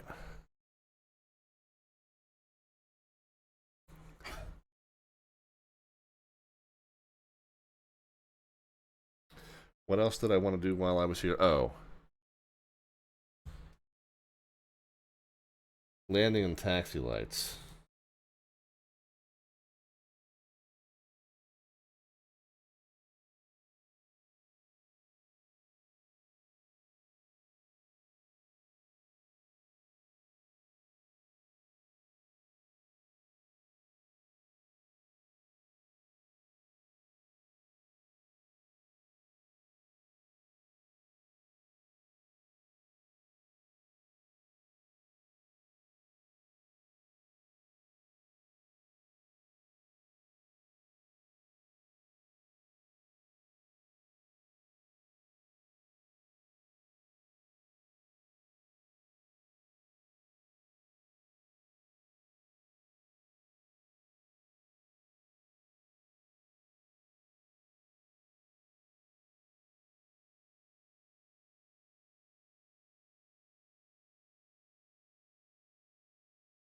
Okay, I'm not seeing anything.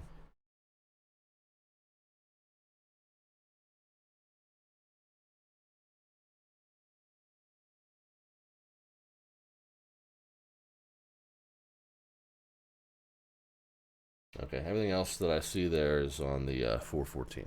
Okay, let's cross our fingers. Save those changes. Let's load the sim back up. See if we've got any action. So now that toga button is going to be my reverser, hopefully. And then the throttle should move into idle and cutoff. Same way my Bravo throttles do. We'll see how that goes. Uh-oh, Kenny Monster's got an appointment to see the back surgeon tomorrow.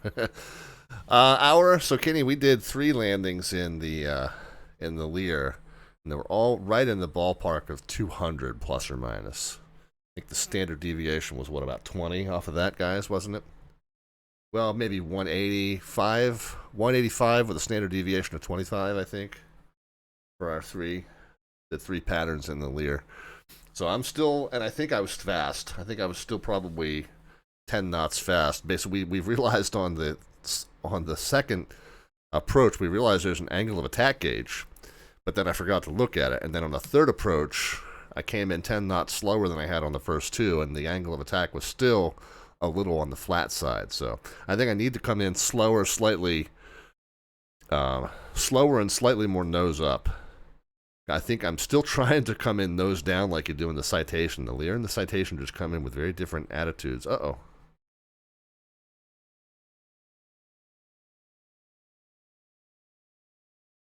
This is why we make a backup of those FSUI PCs.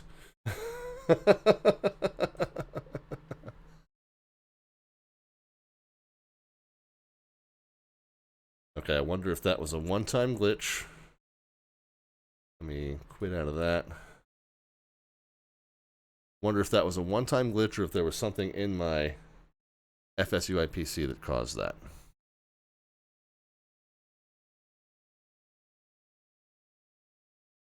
Everything's back in starting position, right? Yeah, good. All right, so everything's where it should be starting position-wise. Let's just see if that happens again. We might be able to run through. I also need to check and see, was that error message from the sim or was that error message from FSUI PC?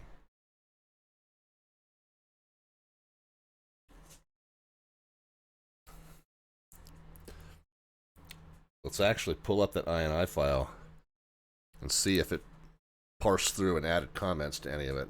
Okay, so it never even got to that yet.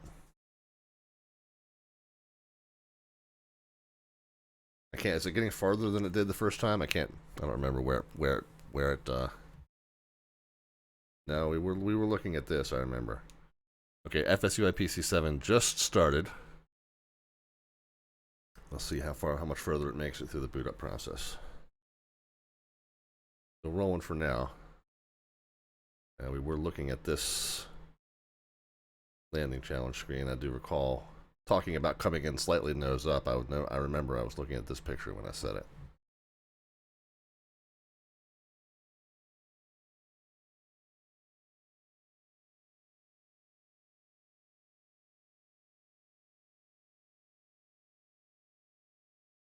Still going. Let's see. So Kenny says the runway snuck up on me. Yeah, they do that sometimes. We noticed. For me also. Okay, this time it went through okay. All right, let's head back over to Martin State.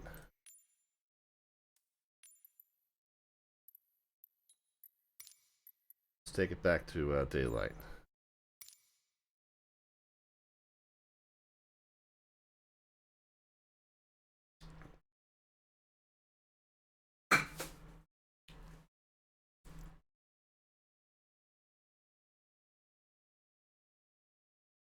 Did it add comments? Okay.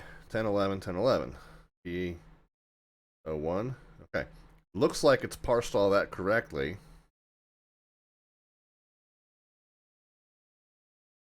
Let's see if it works.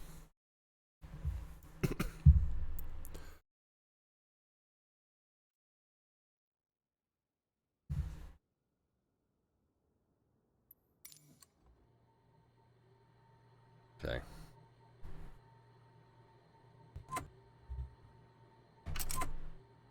Oh, it looked like it wanted to.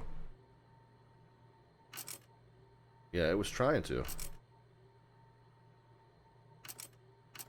Yeah, so I can't do it with the mouse either.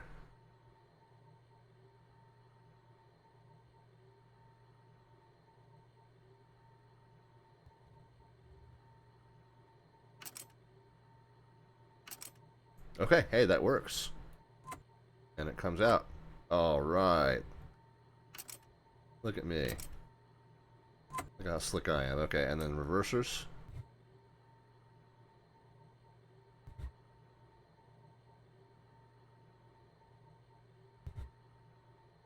Seems like it's not repeating.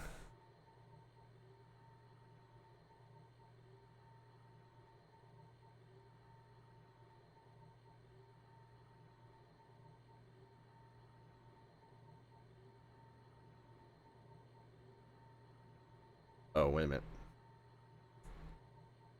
Because that's supposed to say, that's supposed to be, yeah, and then that's supposed to be UA. But I think I can fix that in the GUI. Hold on a second. I don't think if I edit that INI file, it'll like pick up the change. It'll probably just overwrite the change. But if I go under assignments and buttons, come down here, profile specific, I think I can fix that within the GUI.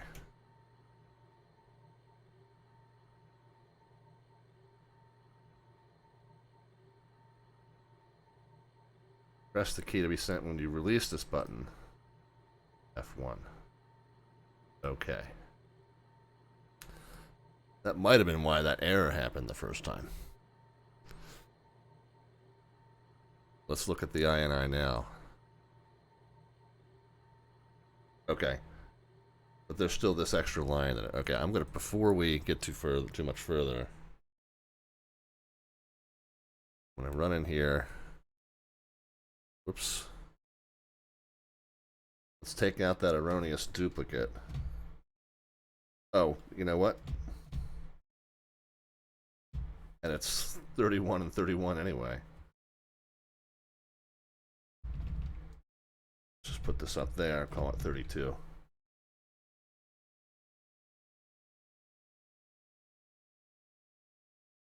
Okay, so this one didn't seem to work still. I wonder if I just got the name of it wrong. Generic Lear Steer Lock. Or maybe it's working, this is not working with the click. I don't know.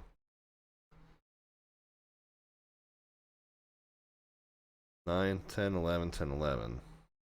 Okay, yeah, 10, 11 set to 1, 10, 11 set to 0. Okay. Alright, I think that's all fine now. Let's load it up one more time. I know, this is like super intriguing stuff. Aren't you guys loving this?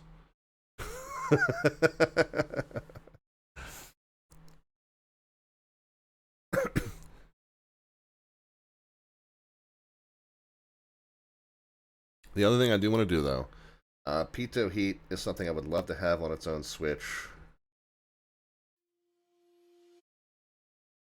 And the landing, I'd love to figure out how to get the landing and taxi lights working.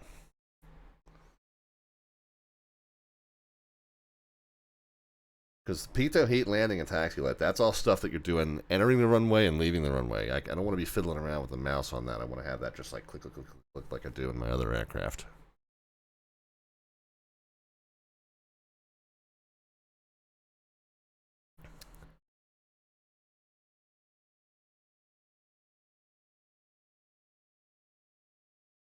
Curious as to what's the benefit to setting through FSU IPC. So for one A320 simmer, in the GUI in the sim, you have to manually switch control profiles every time you switch planes. I hate that. That's ridiculously cumbersome. So unless I'm missing something, if you have a different control setup that you use for a 152 versus the control setup you use for the 737, you've got to manually switch all those profiles for, you know, your Alpha and your Bravo and your rudders. If the well, the rudders are pretty much probably the same, but still, your Alpha and your Bravo profiles, you have to switch manually in the main menu when you switch planes, which is stupid. So FSU IPC is just a way that it automatically detects what plane you're flying in and chooses your control profile accordingly. So that's the main one. But the other thing is that it gives you this ability to set these LVAR based ones that there's no default control binding method to do. So some of the stuff that's highly customized for these certain planes, like the Boeing 247 had a bunch of these that you had to set by LVAR.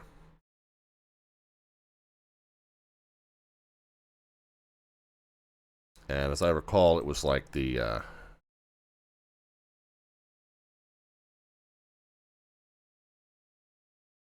it was the throttle, the mix, and the propellers. You all had to set through these custom LVARs because the regular default settings weren't tied into the cockpit of the 247. And it's the same thing with the Lear.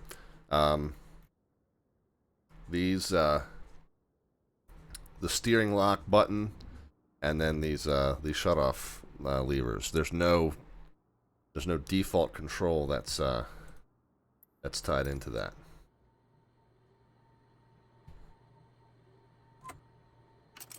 Okay, so they start in cutoff, and then here's reversers on. Okay, it's still kind of flitted on and off momentarily like that. I mean, I wonder if it would just behave better.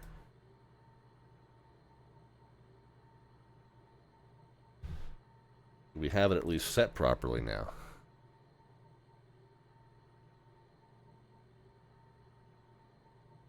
Repeat and unpress. Yeah, I think we do. We might just have to test that when the engines are running.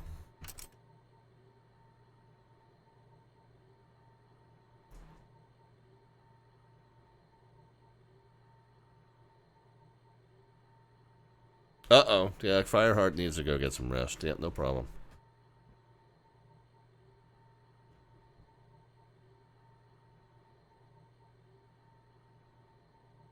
Okay. Let's first see if we can get batteries on. So we got two battery switches here. Battery 1 and battery 2. Let's see if I can do that.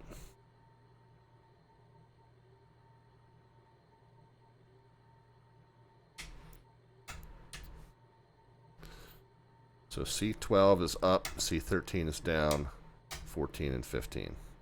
Okay, so 12, 13, 14, 15. So 12 should be battery 1 on. Type BATT.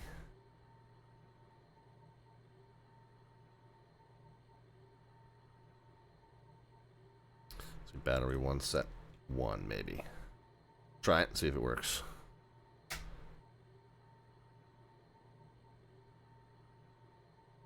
Battery 1 set 0. Okay, so there's battery 1 set 1, battery 1 set 0, over and over again.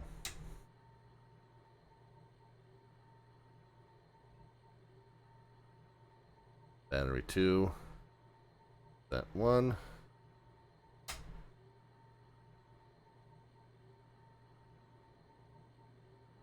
Battery 2 set 0. There's 1, 0, 1, 0, 1, 0, 1, 0. Battery 1. Battery 2. Okay. Okay. It'll flash up for a second and... Okay, so whatever that ties to in the sim, it is not what these batteries are tied to. Okay, well, let's try the same thing with pitot heat.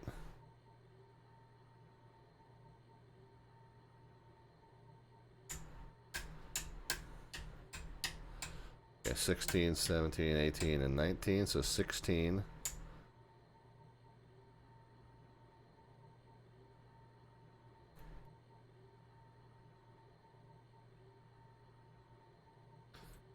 Pitot heat on. 17. Pitot heat off. I don't have a left and right here.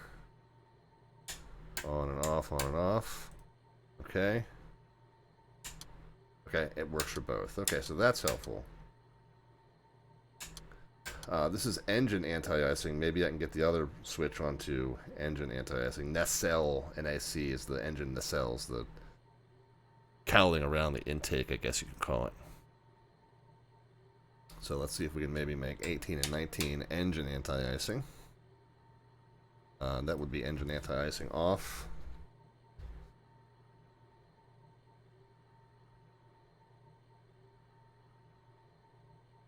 Let's try anti.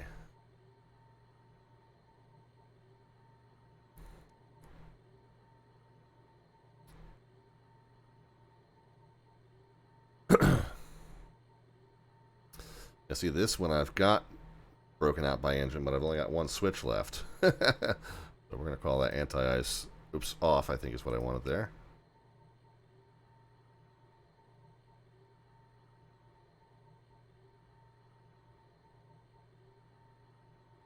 Anti-ice on. Okay, so anti-ice on, off, off, off. Okay.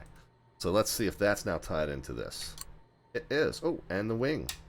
Oh, nice. So there's my pitot, and wing and engine anti-ice is all tied to that. That's nice. Okay, so didn't get the batteries figured out, but I got the pitot.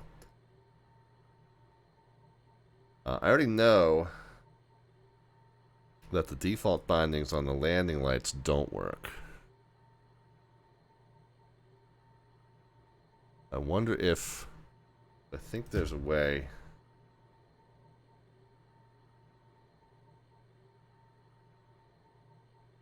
Under log, or no, add-ons. List LVARs.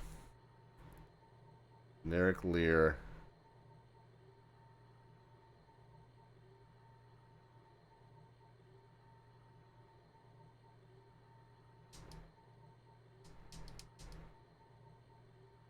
Generic Lear steer on pilot 1. Oh, did I put the 1? Maybe that's what happened. Thought I did.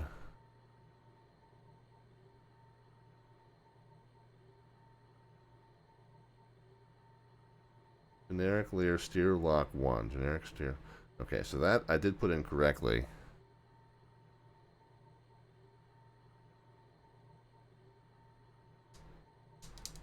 Hit the button a few times, see what happens.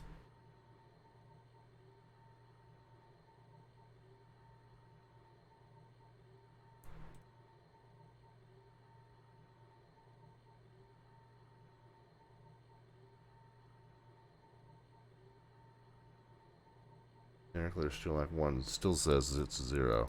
Now if I hit the button manually here, you hear the click.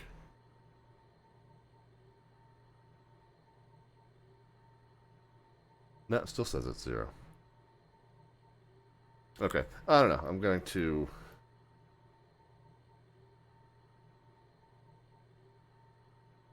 not worry about that right now. Got tables.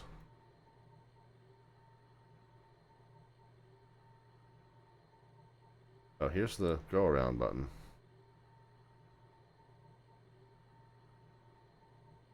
Curtain, bottles, that's for fire protection, I suppose. Oh, generic Lear bat 1, generic Lear bat 2.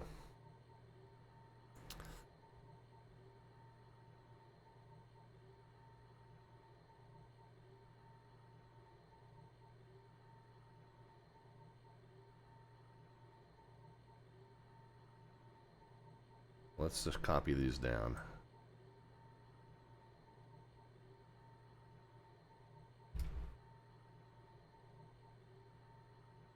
And then where are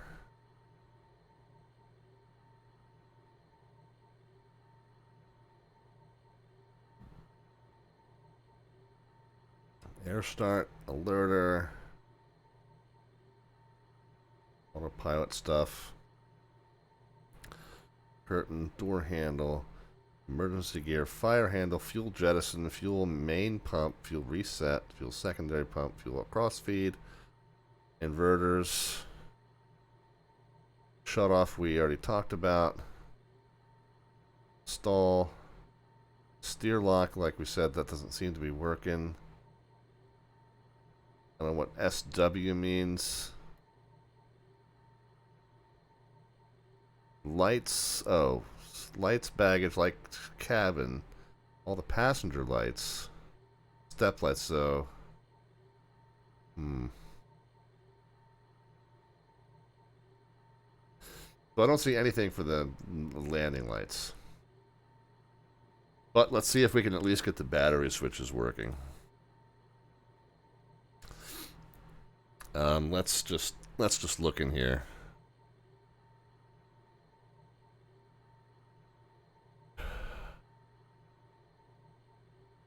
Go back in the US FSUIPC. So let's go into assignments and buttons. So C12, 12 and 13, 14 and 15.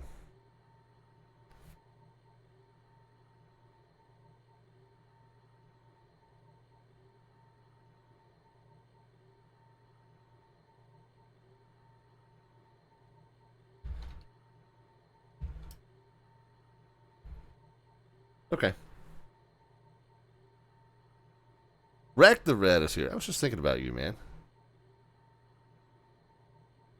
Let's go ahead and shut all this down, and we'll go back, close all that out. So set that over there. Let's pull up this FSUIPC7 one more time. Let's add in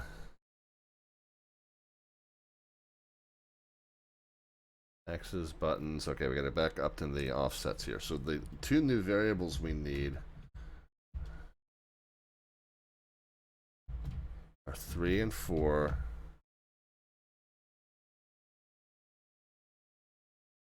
Actually, that one, that two. And let's just give these two new names, 10, 11, so that'll be 12 and 13.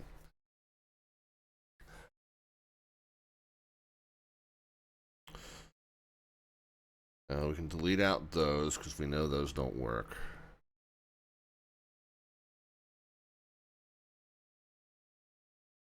And then these are the ones we're getting rid of. 12, 13, 14, and 15. C12, C13, C14, C15. So C12 is gonna become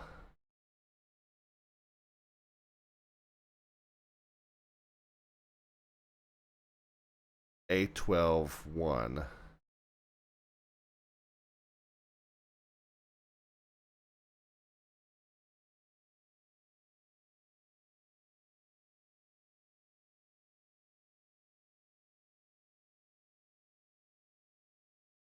C13 is going to be A12, A10-0. Let's delete the comment. Comment's going to get changed anyway. C14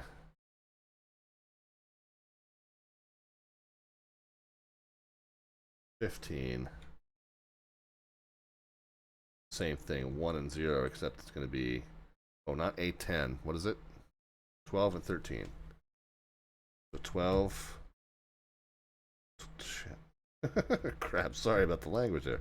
12 and 13. So 12 on, yeah, so, all right, so C12 is the left one on. Yep. C13 is the left one off, so that's 12. Is this one, okay. C14 is the right one on. A13 is the right one, yep. And C15 is the right one off. Okay, I think that's all correct. Do I want to save changes on titled? No. Do I want to save changes to that? Yes.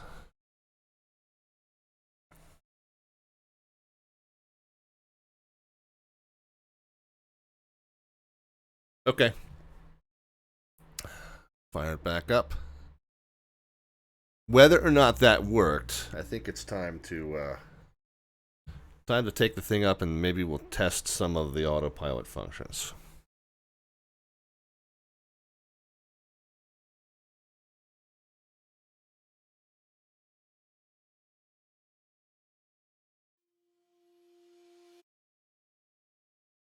I forgot to check those messages that came in earlier.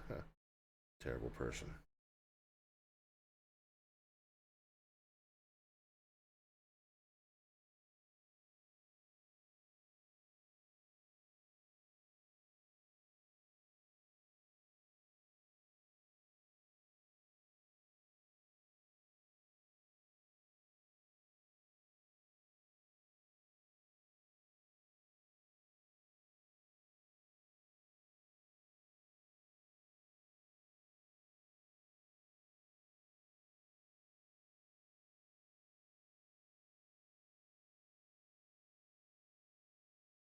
Oh, get up.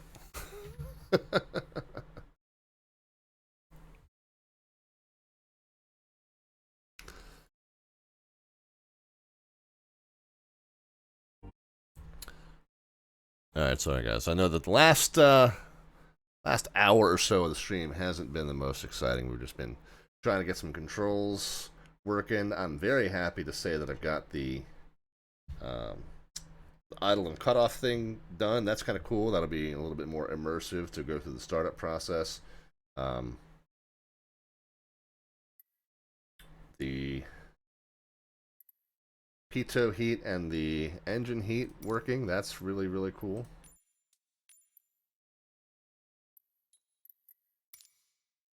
Take it back to daylight here. Rex is good news. I'm going to be taking flight lessons this year. Awesome, man. Awesome. That is fantastic. You'll have to stay in touch and let us know how that goes. That is wonderful.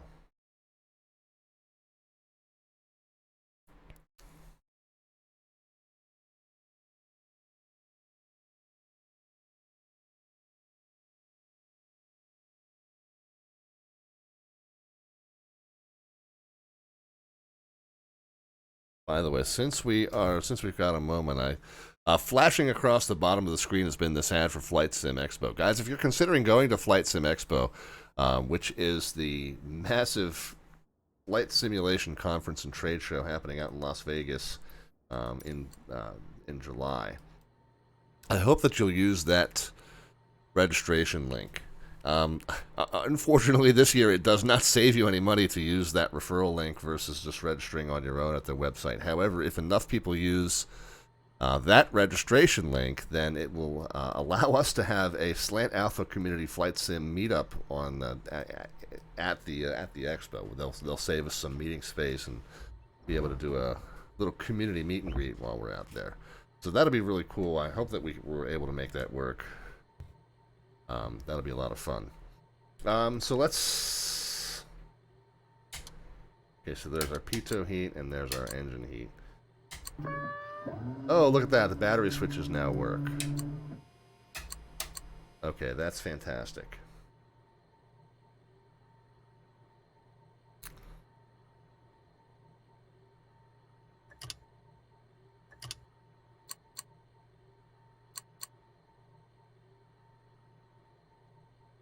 Okay.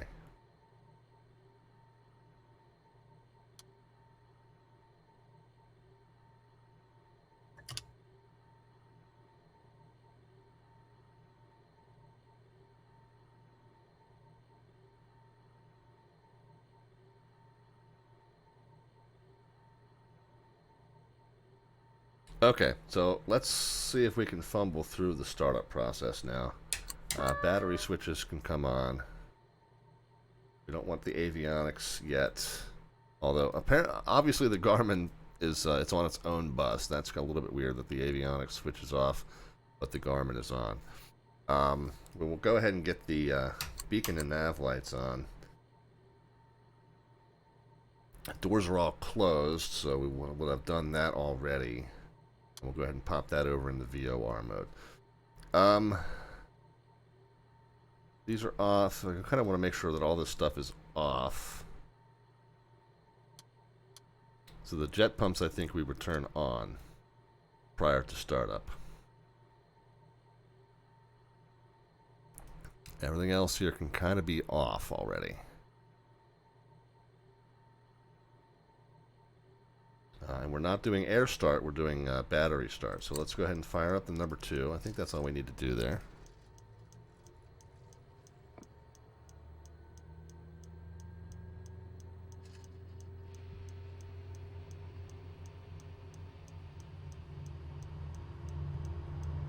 Interestingly, I've got turbine temp already. Oh, that's because... Yeah, so I should have made sure those were in cutoff.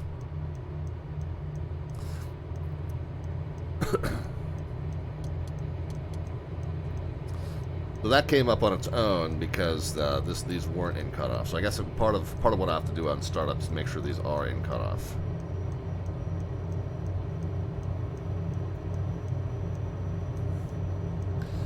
Patrick V back with us. Patrick, how are you? Okay, and so once that stabilizes, we get this into generator mode. Then we can start the number 2. Number 1, rather. Your computer can come on.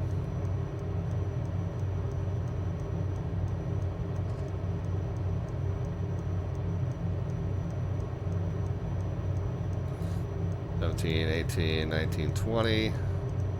Oops, that's number 2. Here's the number 1.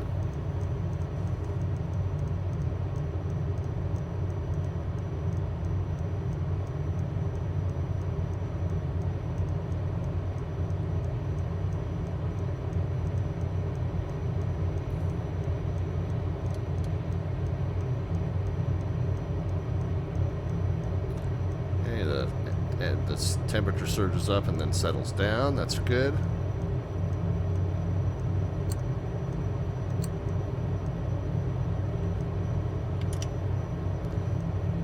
Alright. So what else do we want to do now that that's up and running?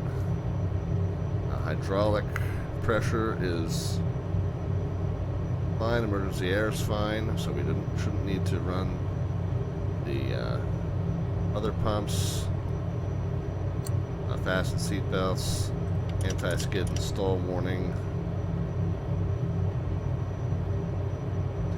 inverters. Where's my master avionics? There. Radio altimeter, autopilot master.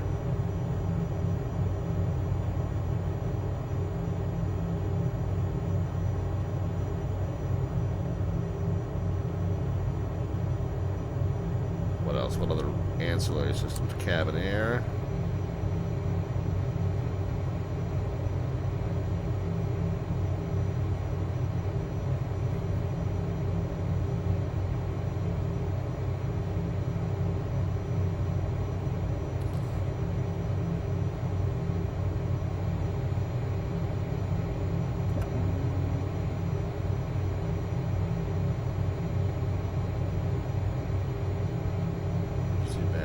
Standby. All that stuff looks good. Anything else that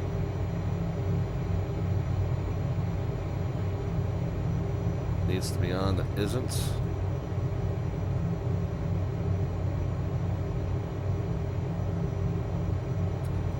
I think we're good there, guys.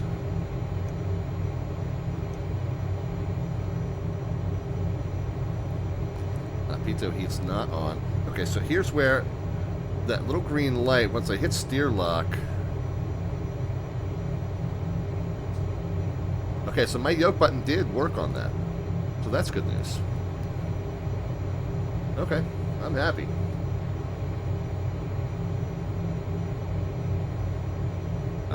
Let's pop this up here. I think did we take off the wheel chocks? I think really honestly, once we set the parking brake, the wheel chocks should come out.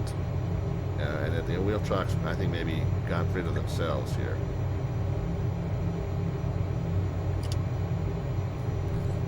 Parking brake's off. But I have hydraulic pressure, so I can reset those just normally. That's fine. Pull that yoke back in. Yeah, we know that landing lights and taxi lights. So that's the one thing that I haven't yet figured out is landing lights and taxi lights.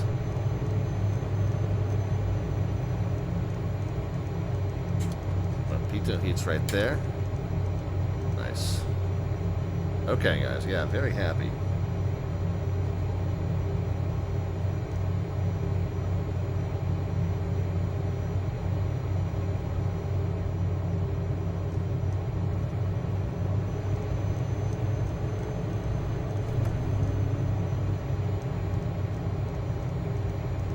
Now, elevator trim. And V-speeds, like I said, we're still don't know how to set V-speeds. We know how to set these bugs, so we can manually just drag those bugs around. Not sure what this bug does.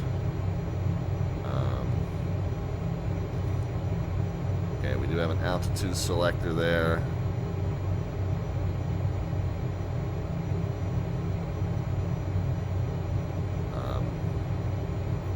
Pressure here in Baltimore must be pretty low because, yeah, it must be somewhere around there.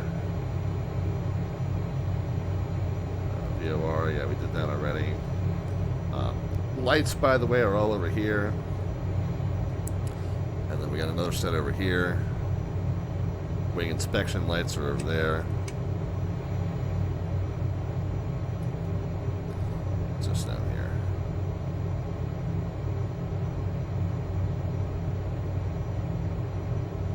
Smitty Papa says, how's it been going? Yeah, not bad, Smitty. I haven't messed with any of the autopilot functions yet. Oh, and the other thing I wanted to check now that we're up and running is my reverser control still.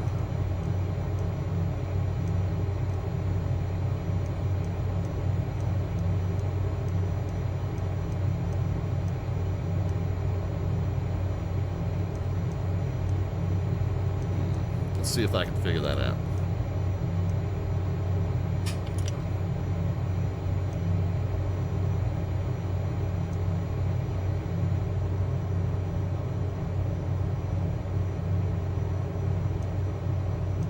Did you map the appropriate trim to your yoke? Now, yeah, I do have the regular trim mapped, and then I have another switch for the autopilot pitch hold, but I haven't messed with the autopilot yet. But trim I've got mapped both to the yoke switch and to the wheel, so that's fine. It works fine. We tested that earlier. Matter of fact, you can kind of hear it, but I don't. Oh, here's the wing temp. Where's okay? There. Okay, here's oh good. Here's the flaps gauge.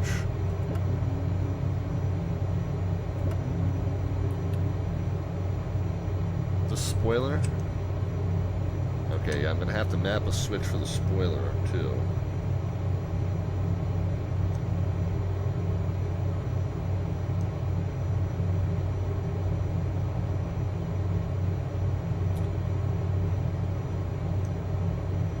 Jettison, interesting.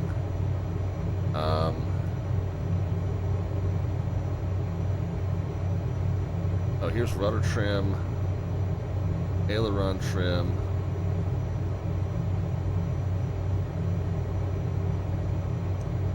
Okay, so there's pitch trim.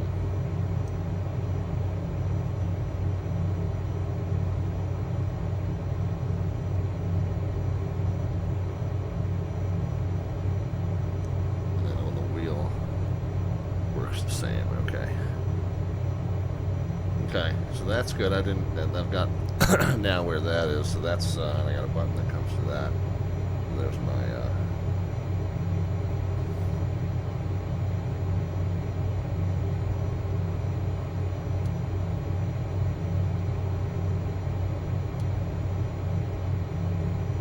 okay, so there's yaw dampers.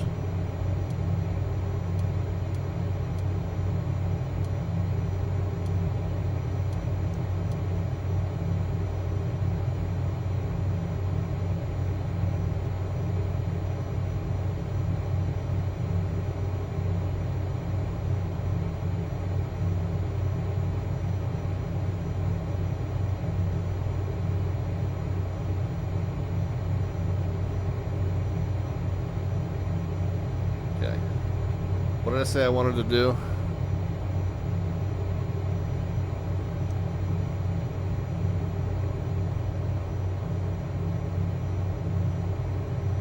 I got myself confused.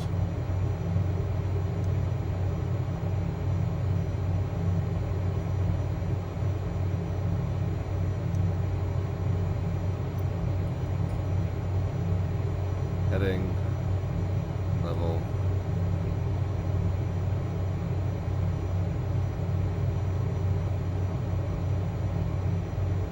So I haven't mapped any of the Autopilot functions. There was something on the something I was going to try and map real quick, but I can't remember what now. Oh, the reversers. Yeah, the reversers weren't working. Let's see if I can figure out what's going on there.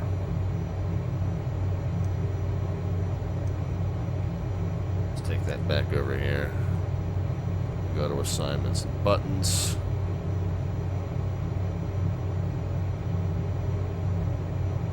A28.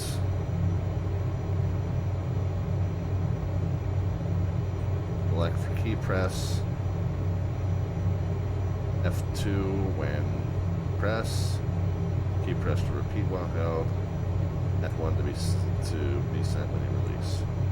Okay, that's all in there the way I want it.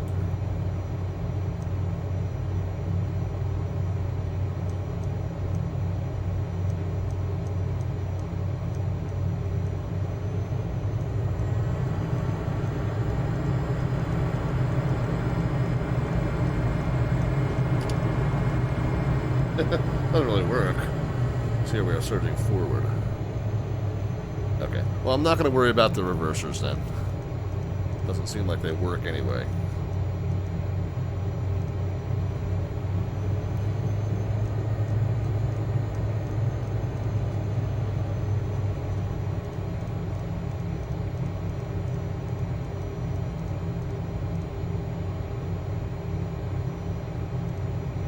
Let's see if we can do something with the spoilers, though. That's the nose wheel steering.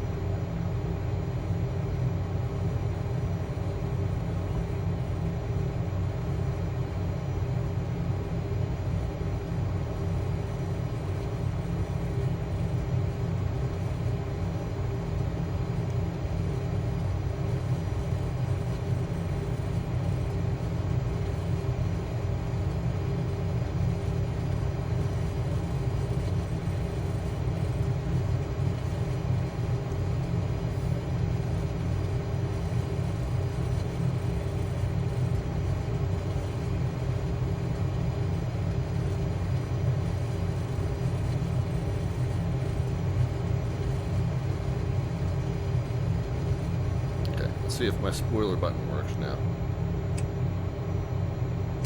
It does. The spoilers now work on that red button and they release when I let go of it. Nice. Redneck Love and Life is here. Hey, how are you, man? Merry Christmas, Happy New Year, all that crap to you as well, my friend. Always good to hear from you.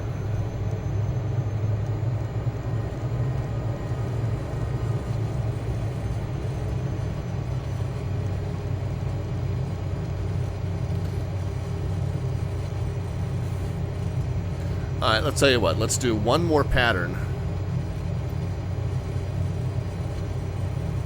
One more pattern around Martin, just for refamiliarization and just so that those who have joined the stream late get to see the thing actually fly. Let's go ahead and set. Whoops, we already have flaps 8 set. Trim is set to the middle there.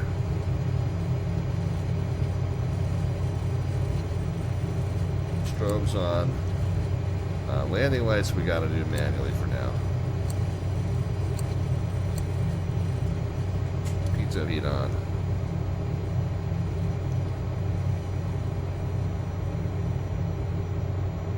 I guess I haven't checked to see how much fuel I had of having the thing. Okay, still 3,000 pounds of fuel, so that's good. What is the capacity, by the way? 6238. I gotta get that in my aircraft sheet. 6238.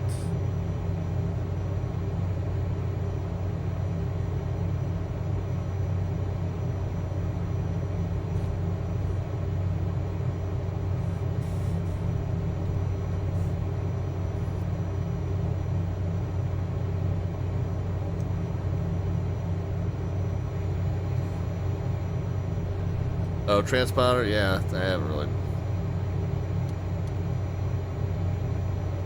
I'm not on VATSIM at the moment, so Not that critical, but you're correct, Smitty.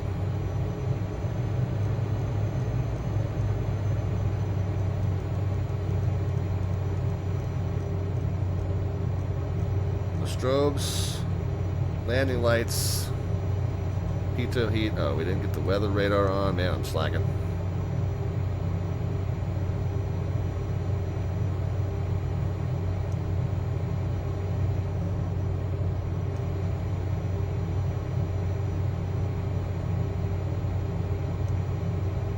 I didn't tune the ILS in either. We'll do that again. Oh, hang on.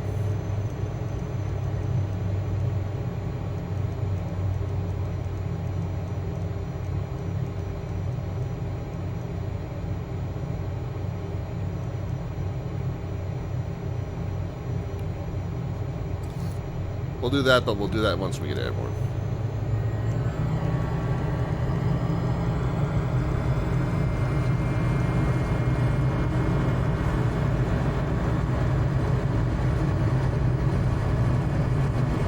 Kind of guessing at the V speeds.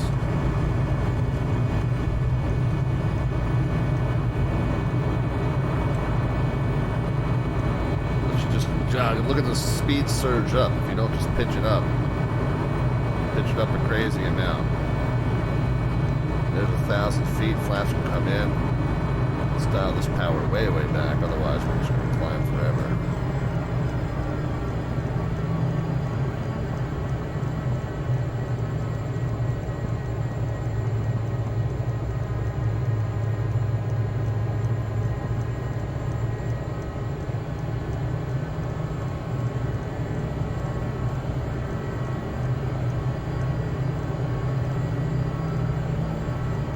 There's 2,500. We'll see if we can keep it.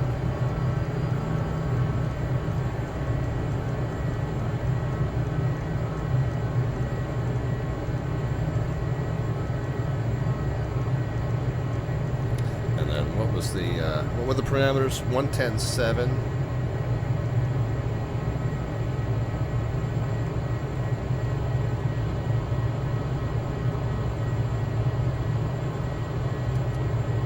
And 326 was the course on that.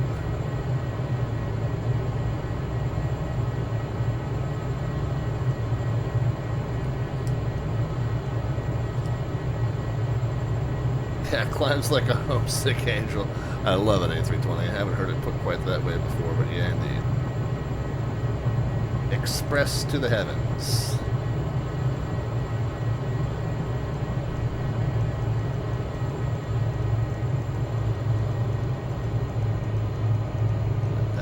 The little glitching in the throttles is my controls. It's not FlySimWare.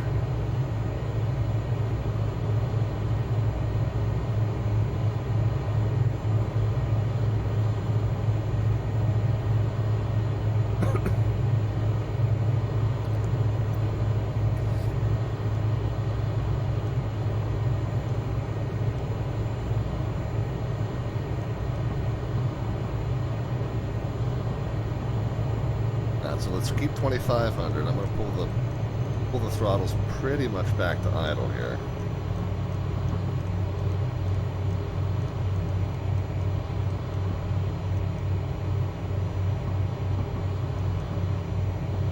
But the bumping that you hear is the trim adjustment.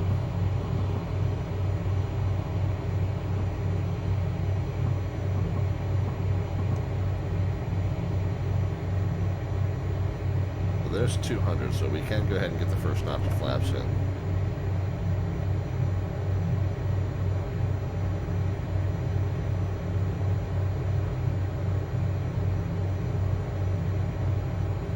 Now where's 150? I should say 150 is here. 110 is going to be our BREF, we think.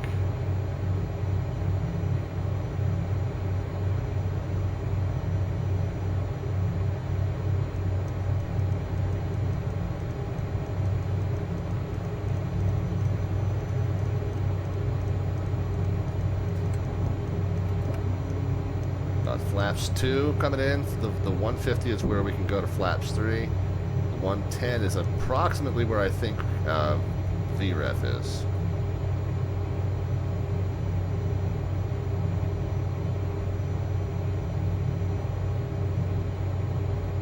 Mostly doing this visually. I know going on the eastern tip of Art Miller Island puts us pretty well lined up for the runway, so it's mostly a visual pattern in Martin State. Okay, so we're well below 150. We can go ahead and go to flaps 3 there.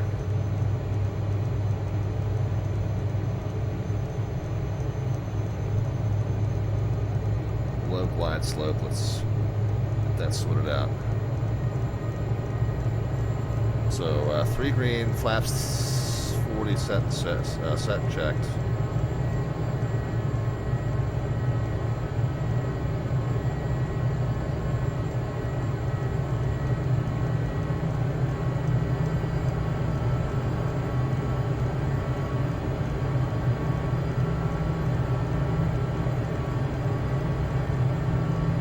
Slopes coming in, lobes coming in.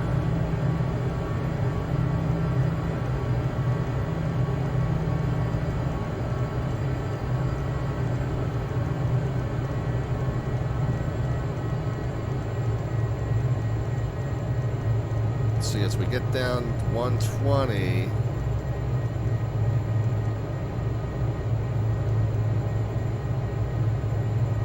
yeah, the angle of attacks. We need to kind of come a little bit more angly.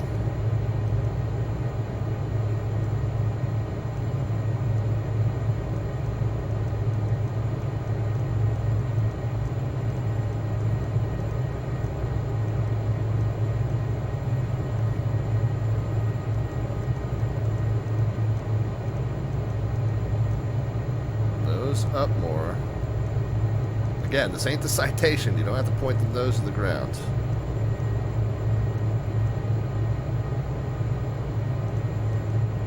Alright, at 110, still feel like we're still well into the green with the angle of attack.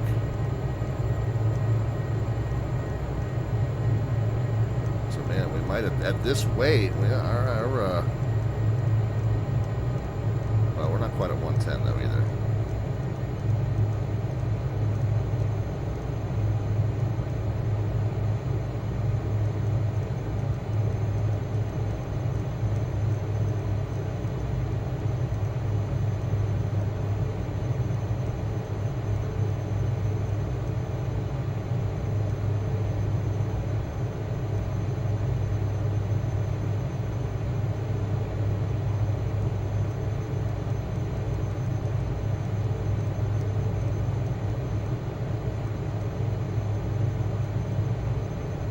Now we're at 110. We're still a notch in the green there with the angle of attack.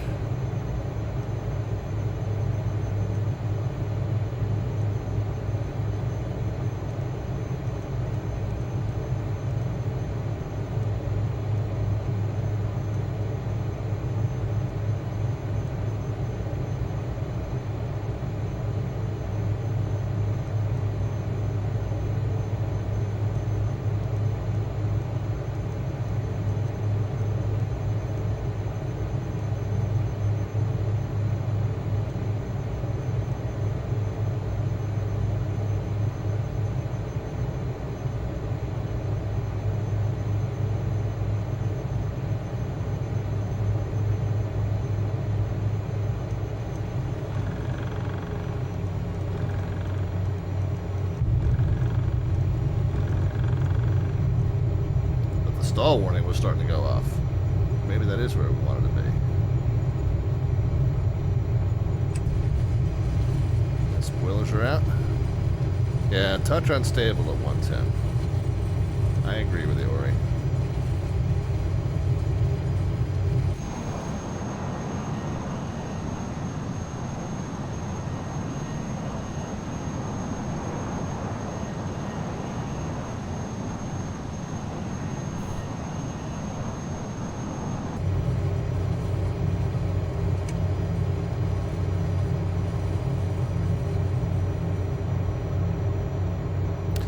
Well, it was a nice, smooth touchdown. But a lot of times you want that angle of attack index. You're kind of in that yellow for your final approach. And in this case, I felt like one notch above was good. So I think 110 is where we want to be, not 100. 100 was too low. 110 I think was working. When I let it get below 110 is where it started to get a little dicey. I didn't like having to hold that spoiler button. Let me see if I can change that to a toggle so we get a nice yellow button. Oh, you know what?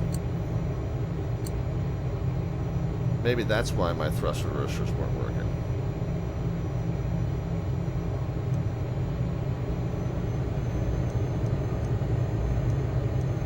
Oh, there we go.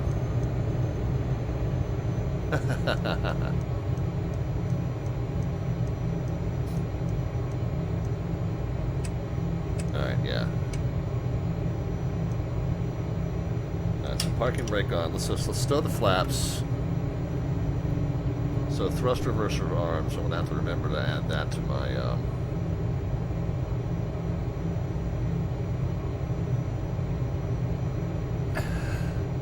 add that to my flow list as well. Yep, didn't have them armed. That's why they weren't working earlier spinning.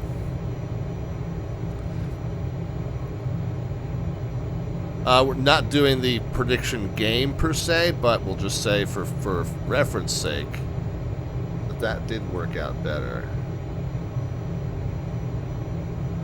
97 knots airspeed when we touch down. So yeah, I liked 110 as an approach speed. Let's do one more of those.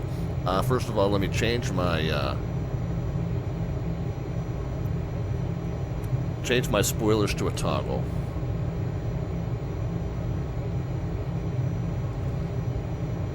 Yeah, I know the feet per minute and the G is 106 and 106, right?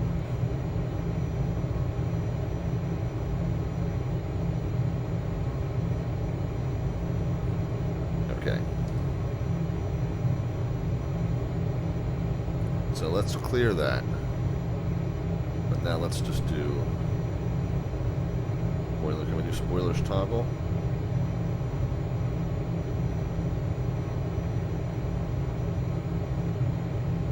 Okay.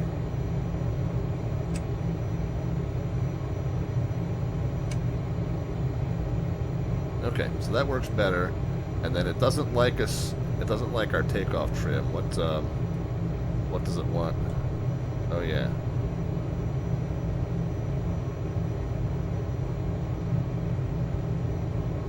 Oops, wrong button.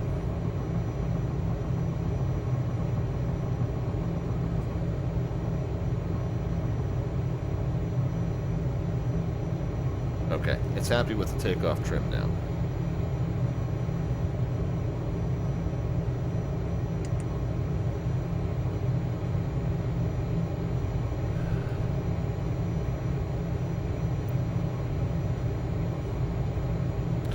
Alright, let's do one more of those guys. I know that...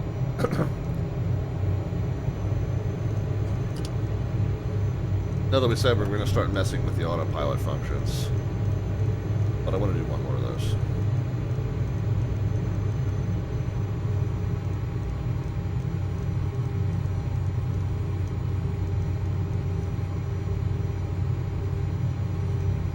Is the cabin modeled? Or yeah, nicely, actually. Very nice. They've got all kinds of good detail out back here. Tables that fold out.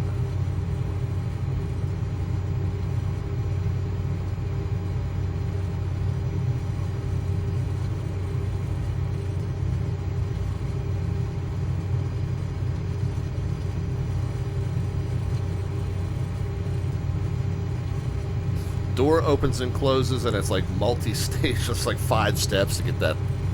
5 steps to get that door open, and you got to watch that you get that door all the way closed and sealed properly too, because if you don't, it will affect your ability to pressurize the cabin at altitude too.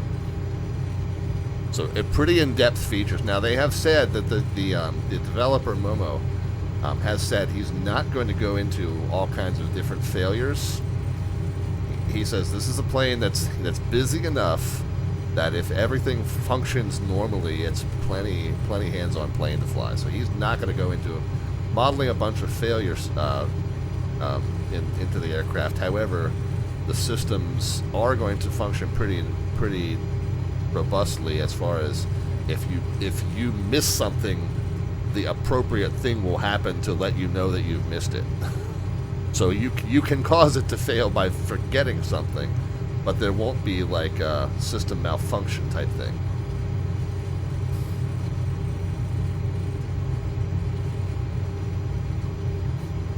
Alright, so we got the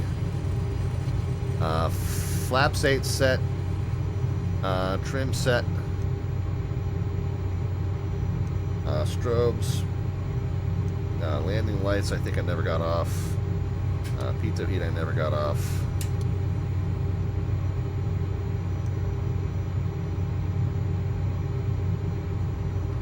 So let's do one more pattern just like we've done.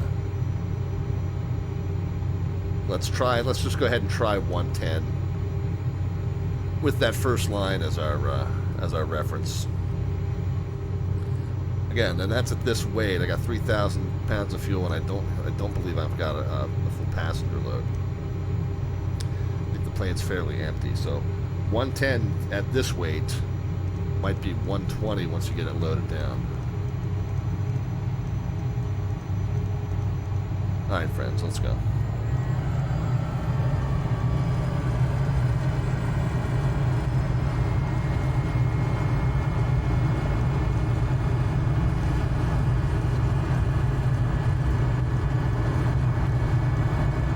I'm just going to say is our rotation speed.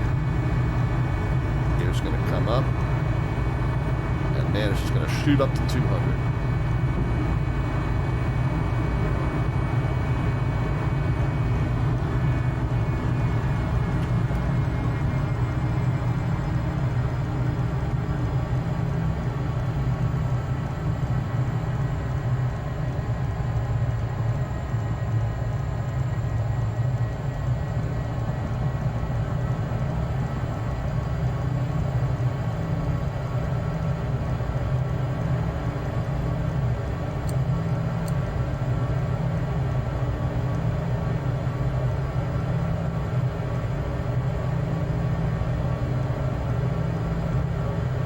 The word on the street is she does a nice aileron roll. That's what I have heard also. Yeah,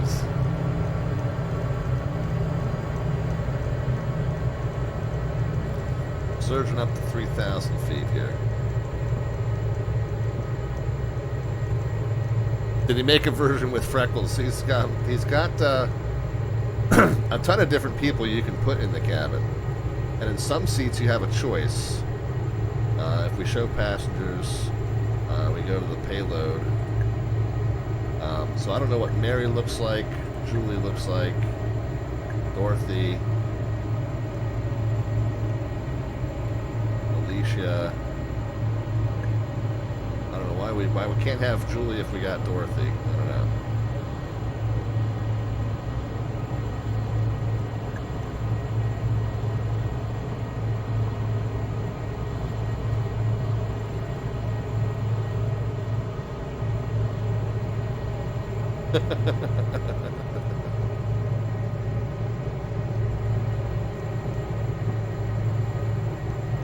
Yeah, okay, so let's get all these folks out because I don't want to mess with the weights now.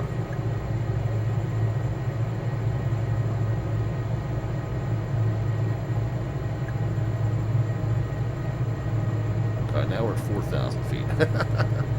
Alright.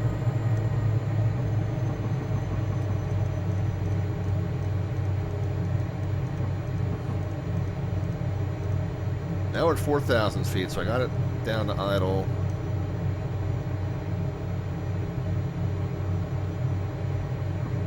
Do a little gliding here.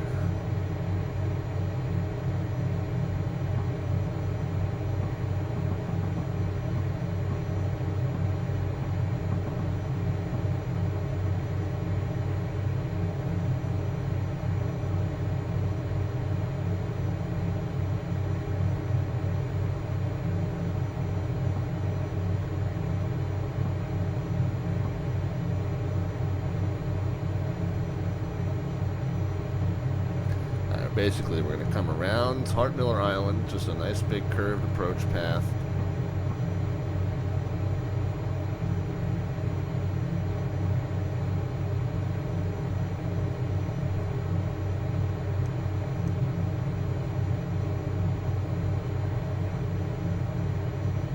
Yeah, Julie and Dorothy don't like each other. Yeah, they can't be in the same plane together.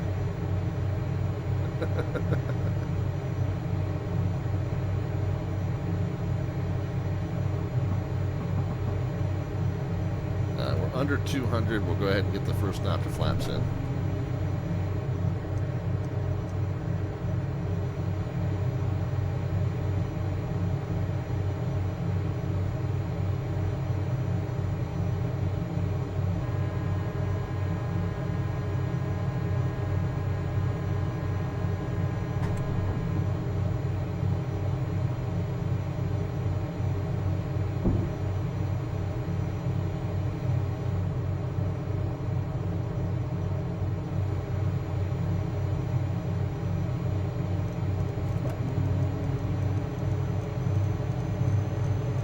Flaps 2 coming in. A little bit of power to hold the altitude off.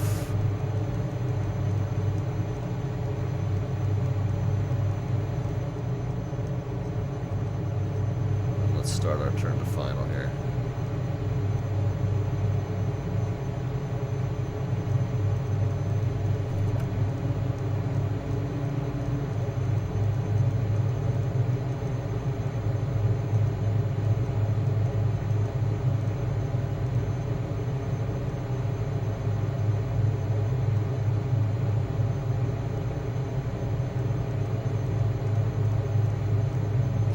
Okay, so when the needle got to the first line in the green, I was more comfortable.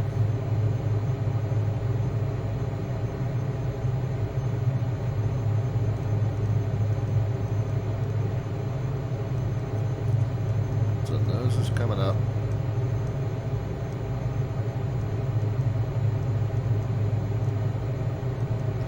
So there's 120. Flaps full set and check, gears down and green.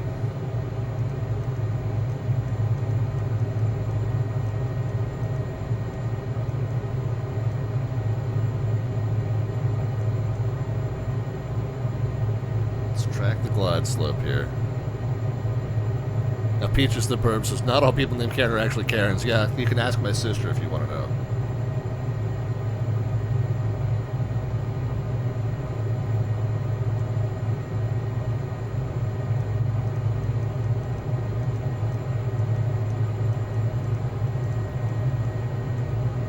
Okay, so there's 110. We're on the first notch of the angle of attack meter. Descending pretty nicely on the glide slope.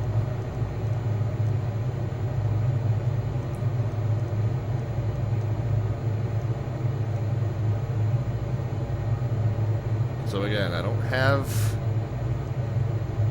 these speed calculations for, you know, for departing and arriving V speeds.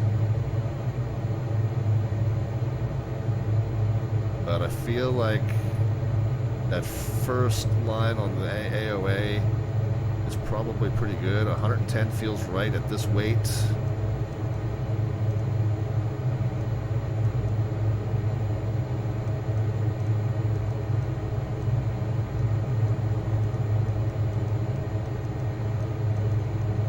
I think that's kind of what I'm going to aim for.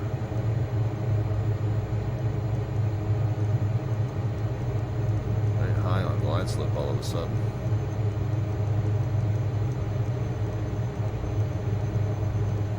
Correct, but then we gotta get back here.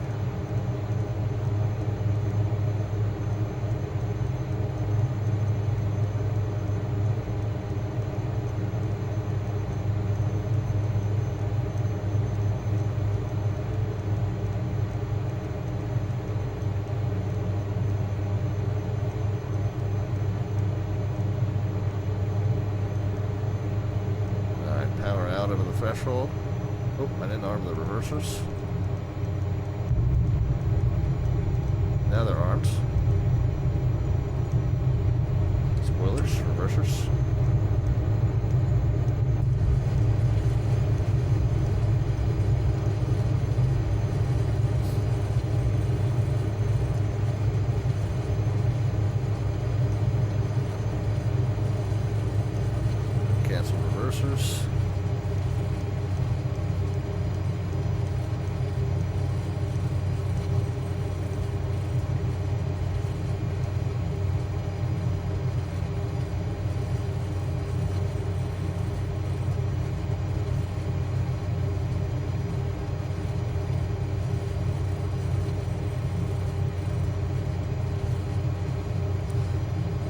Got distracted on short final because I was trying to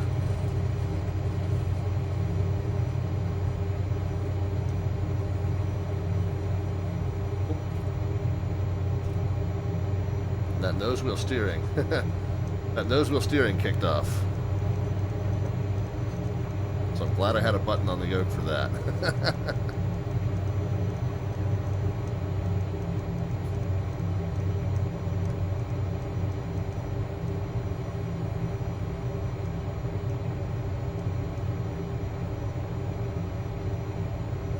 Alright, spoilers, flaps.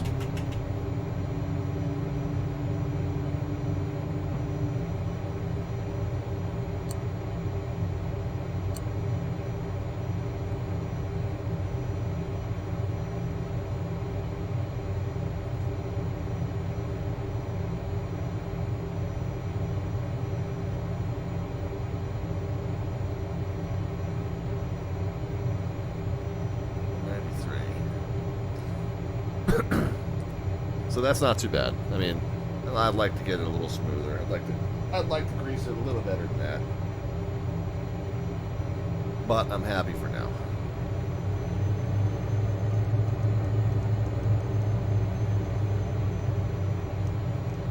We can go pitot heat off. Strobes.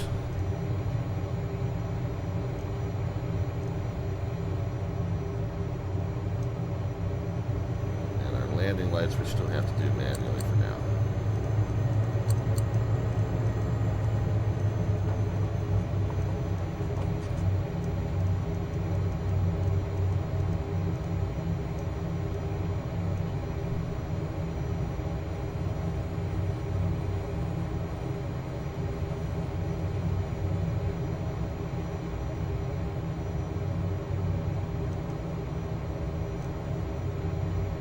Alright, we're going to take one more quick break, and then we'll plan a flight, maybe down to Florida.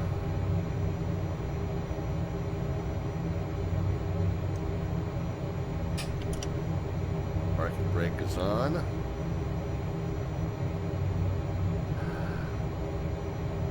And then let's go through the shutoff here. What would we want to shut off? Avionics go first. Inverters.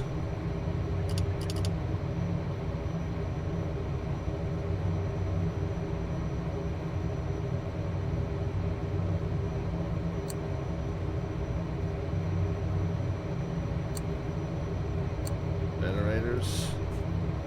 Fuel computers.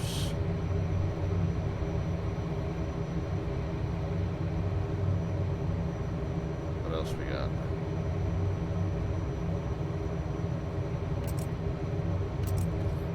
Okay, we'll pull it into cutoff.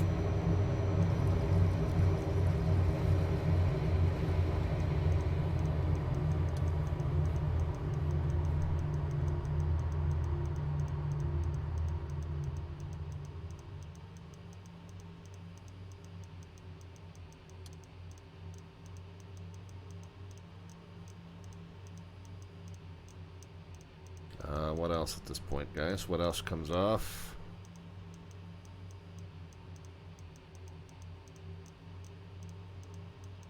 Anything else? That might be it, honestly.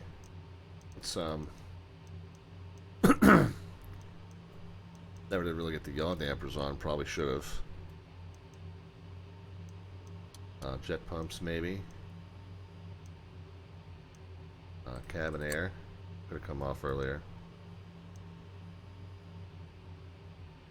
And really, I guess the beacon, nav light, and batteries, right?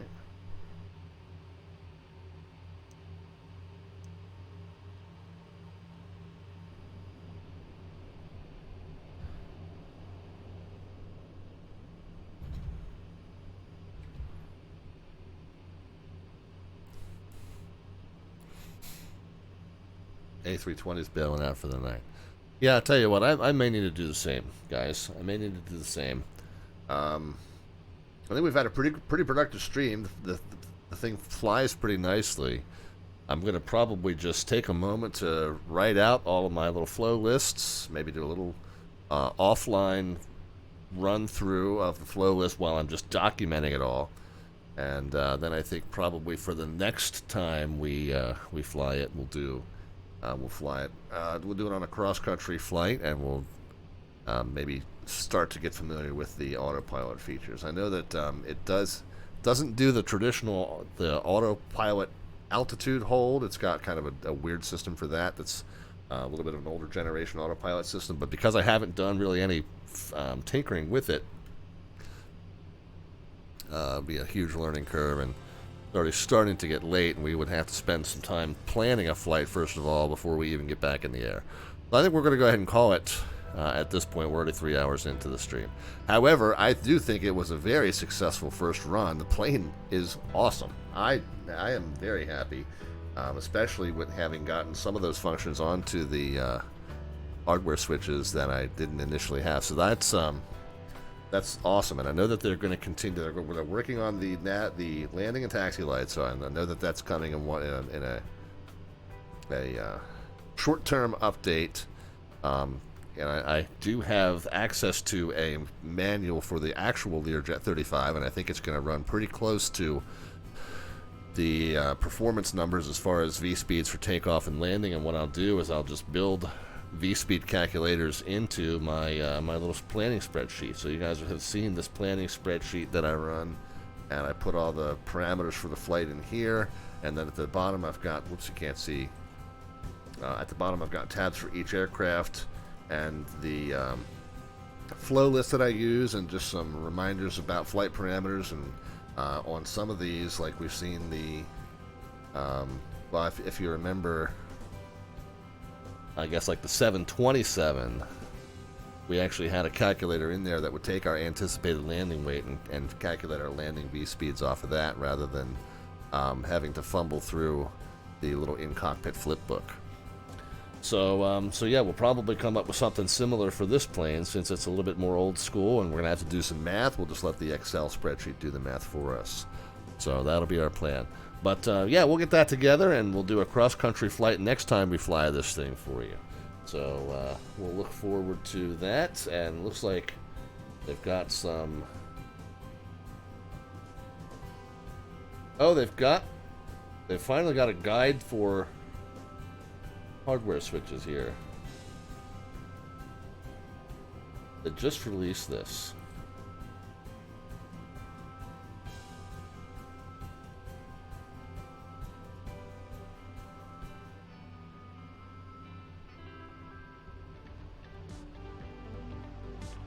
F-bank altitude select. So here we got the list of LVARs that we're going to need. Yeah, we found this one earlier.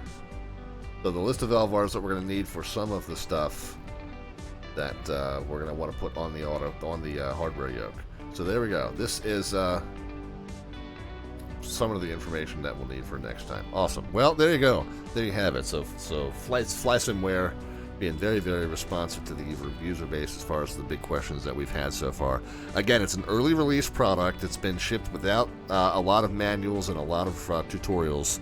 So it was an opportunity for those of us who were chomping at the bit to get a little bit of an early present, Merry Christmas present, and an early release product for us to play with. And all that official documentation will be to follow ASAP. But so far so good, guys. It's looking like a fantastic piece of software, and I've been very, very happy tonight just getting to tinker with it for the first time. So glad that you all were able to ride along with us as we flew this thing around Martin State Airport a little bit, and had a number of successful patterns and approaches and landings. So obviously a few little things to work on, but for the most part, for the large part, I've been pretty satisfied, and I look forward to a lot of great flights with this thing. We're unofficially going to retire the Citation CJ4, although something that we can always kind of come back to later if we decide we want to. But unofficially retiring the CJ4, because this is just going to be my biz jet now, and we'll fly this rather than that CJ4, which we always say we fly with that flight management computer and all that automation. We'll fly this the Slant Whiskey way, using that old school analog style of radio-based navigation that we'd love to do so much on this channel. This plane is super duper geared up for exactly that. All right, friends. Well, our next stream is Monday at 7 p.m. U.S. Eastern Time, midnight Zulu on Tuesday. But Monday at 7 p.m. we are back into the Bush League Backcountry Fly-In Series, and that is a endeavor that is hosted on the first Monday of every month by our friends Downwind Sim and Melvin Leroy. We have not yet seen the itinerary. We do it on the first Monday, like I said. We have not yet seen the itinerary for this event number 51, but that should be published sometime over the coming weekend. Again, downwindsim.com is where you want to find that. And we'll be in the WBSim the WBSim JP Logistics mod of the Cessna 152. We'll be in our tail dragger variant. The event officially starts at 8 p.m. Eastern. 8 p.m. Eastern, but we will spawn in at 7 p.m. Eastern and we'll fly to the starting point of that event. Hopefully be there roughly on time, although that's not been our record. But hopefully be there roughly on time and join them for that event number 51, the Bush League Backcountry Fly-In Series, hosted by our friends Downwind Sim and Melvin Leroy. Our typical show schedule is Mondays, Wednesdays, and Fridays at 7 p.m. U.S. Eastern Time, midnight Zulu on the day ahead here during the winter months as we broadcast live from Studio 5 right outside of Ocean City, Maryland. The full show schedule's down there underneath the About tab, and it's over on our Discord server as well, and the link to that's on the lower right-hand side of your screen. On the lower left-hand side of your screen is our YouTube channel link. We have all of our old flight broadcast archived over there. This one shall be there soon. But also a playlist called VATSIM Tutorials you can check out if you need to get some information on how to put a route together, how to read sectionals, how to choose a good call sign and equipment code, how to talk to the controllers, basically what to say, what to expect them to say. All kinds of good information over there on that channel that you can check out and ask any questions that you have right there in the comments on those tutorials, or find us over in our Discord if you would like. Flashing across the bottom of the screen is our ad for Flight Sim Expo. That is an annual massive conference and trade show for flight sim enthusiasts. As a matter of fact, if you decide that you're going to be able to attend that, I would like you to use this registration link, the little referral link there. If enough people do that, we'll actually be given a meeting space for a Slant Alpha Adventures community meetup during the course of that event. Of course, we'll have some unofficial meetups throughout the event, especially after hours. But if we use that link, we get some meetup space and some other nice benefits as this community shows its strength and its commitment to that event. It's a massive conference and trade show, June 21st, 22nd, and 23rd, the Tropicana of Las Vegas. And when I say conference, we're talking about seminars and panel discussions, presentations, product unveilings. When I say trade show, we're talking about a giant show floor with just about every flight sim hardware and software vendor that you can think of represented, showing off their products. And really, it's a big social event, honestly. A chance to meet hundreds and hundreds of fellow flight sim enthusiasts, and a lot of your favorite flight sim live streamers will be out there as well. So I hope that you'll be able to join us. All right, friends, who are we going to send this raid over to? Who's still doing some flight sim streaming that looks like they might be on for a bit? We have a handful of friends that are up and running right now. Let me see if I can find one that we haven't rated in a little bit.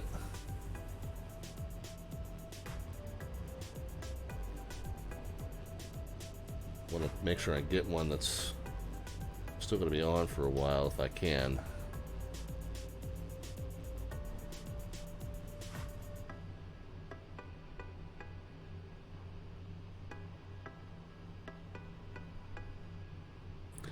Well, I'll tell you what, I think Mustafa is looking at a new product as well. Looks like he might be looking at that A300. So I'm going to send you over to him. Of course, that's not general aviation, but he's a fellow media partner for Flight Sim Expo, and a lot of fun as well. He's a guy that I actually, at the last Flight Sim Expo, got on stage and sang with during a karaoke night. So go and say hi to Mustafa. Tell him that Slant Alpha sends his love. We'll get you over to him. He's 3 hours into his stream, but he looks like he's going to be on for a little bit, possibly. So hopefully that's the case. If not, I'm sure he'll send you to somebody equally worthy for our raid and our friendship. So enjoy Mustafa's stream, guys, whatever's left of it, and we will talk to you again soon. We'll see you Monday from the cockpit of that WB Sim 152, possibly in the Oregon area, but we'll find out. But anyway, guys, have a great weekend. Have a very happy new year. Be happy and healthy and safe in all of your adventures and travels, and we'll talk to you on Monday. Good night.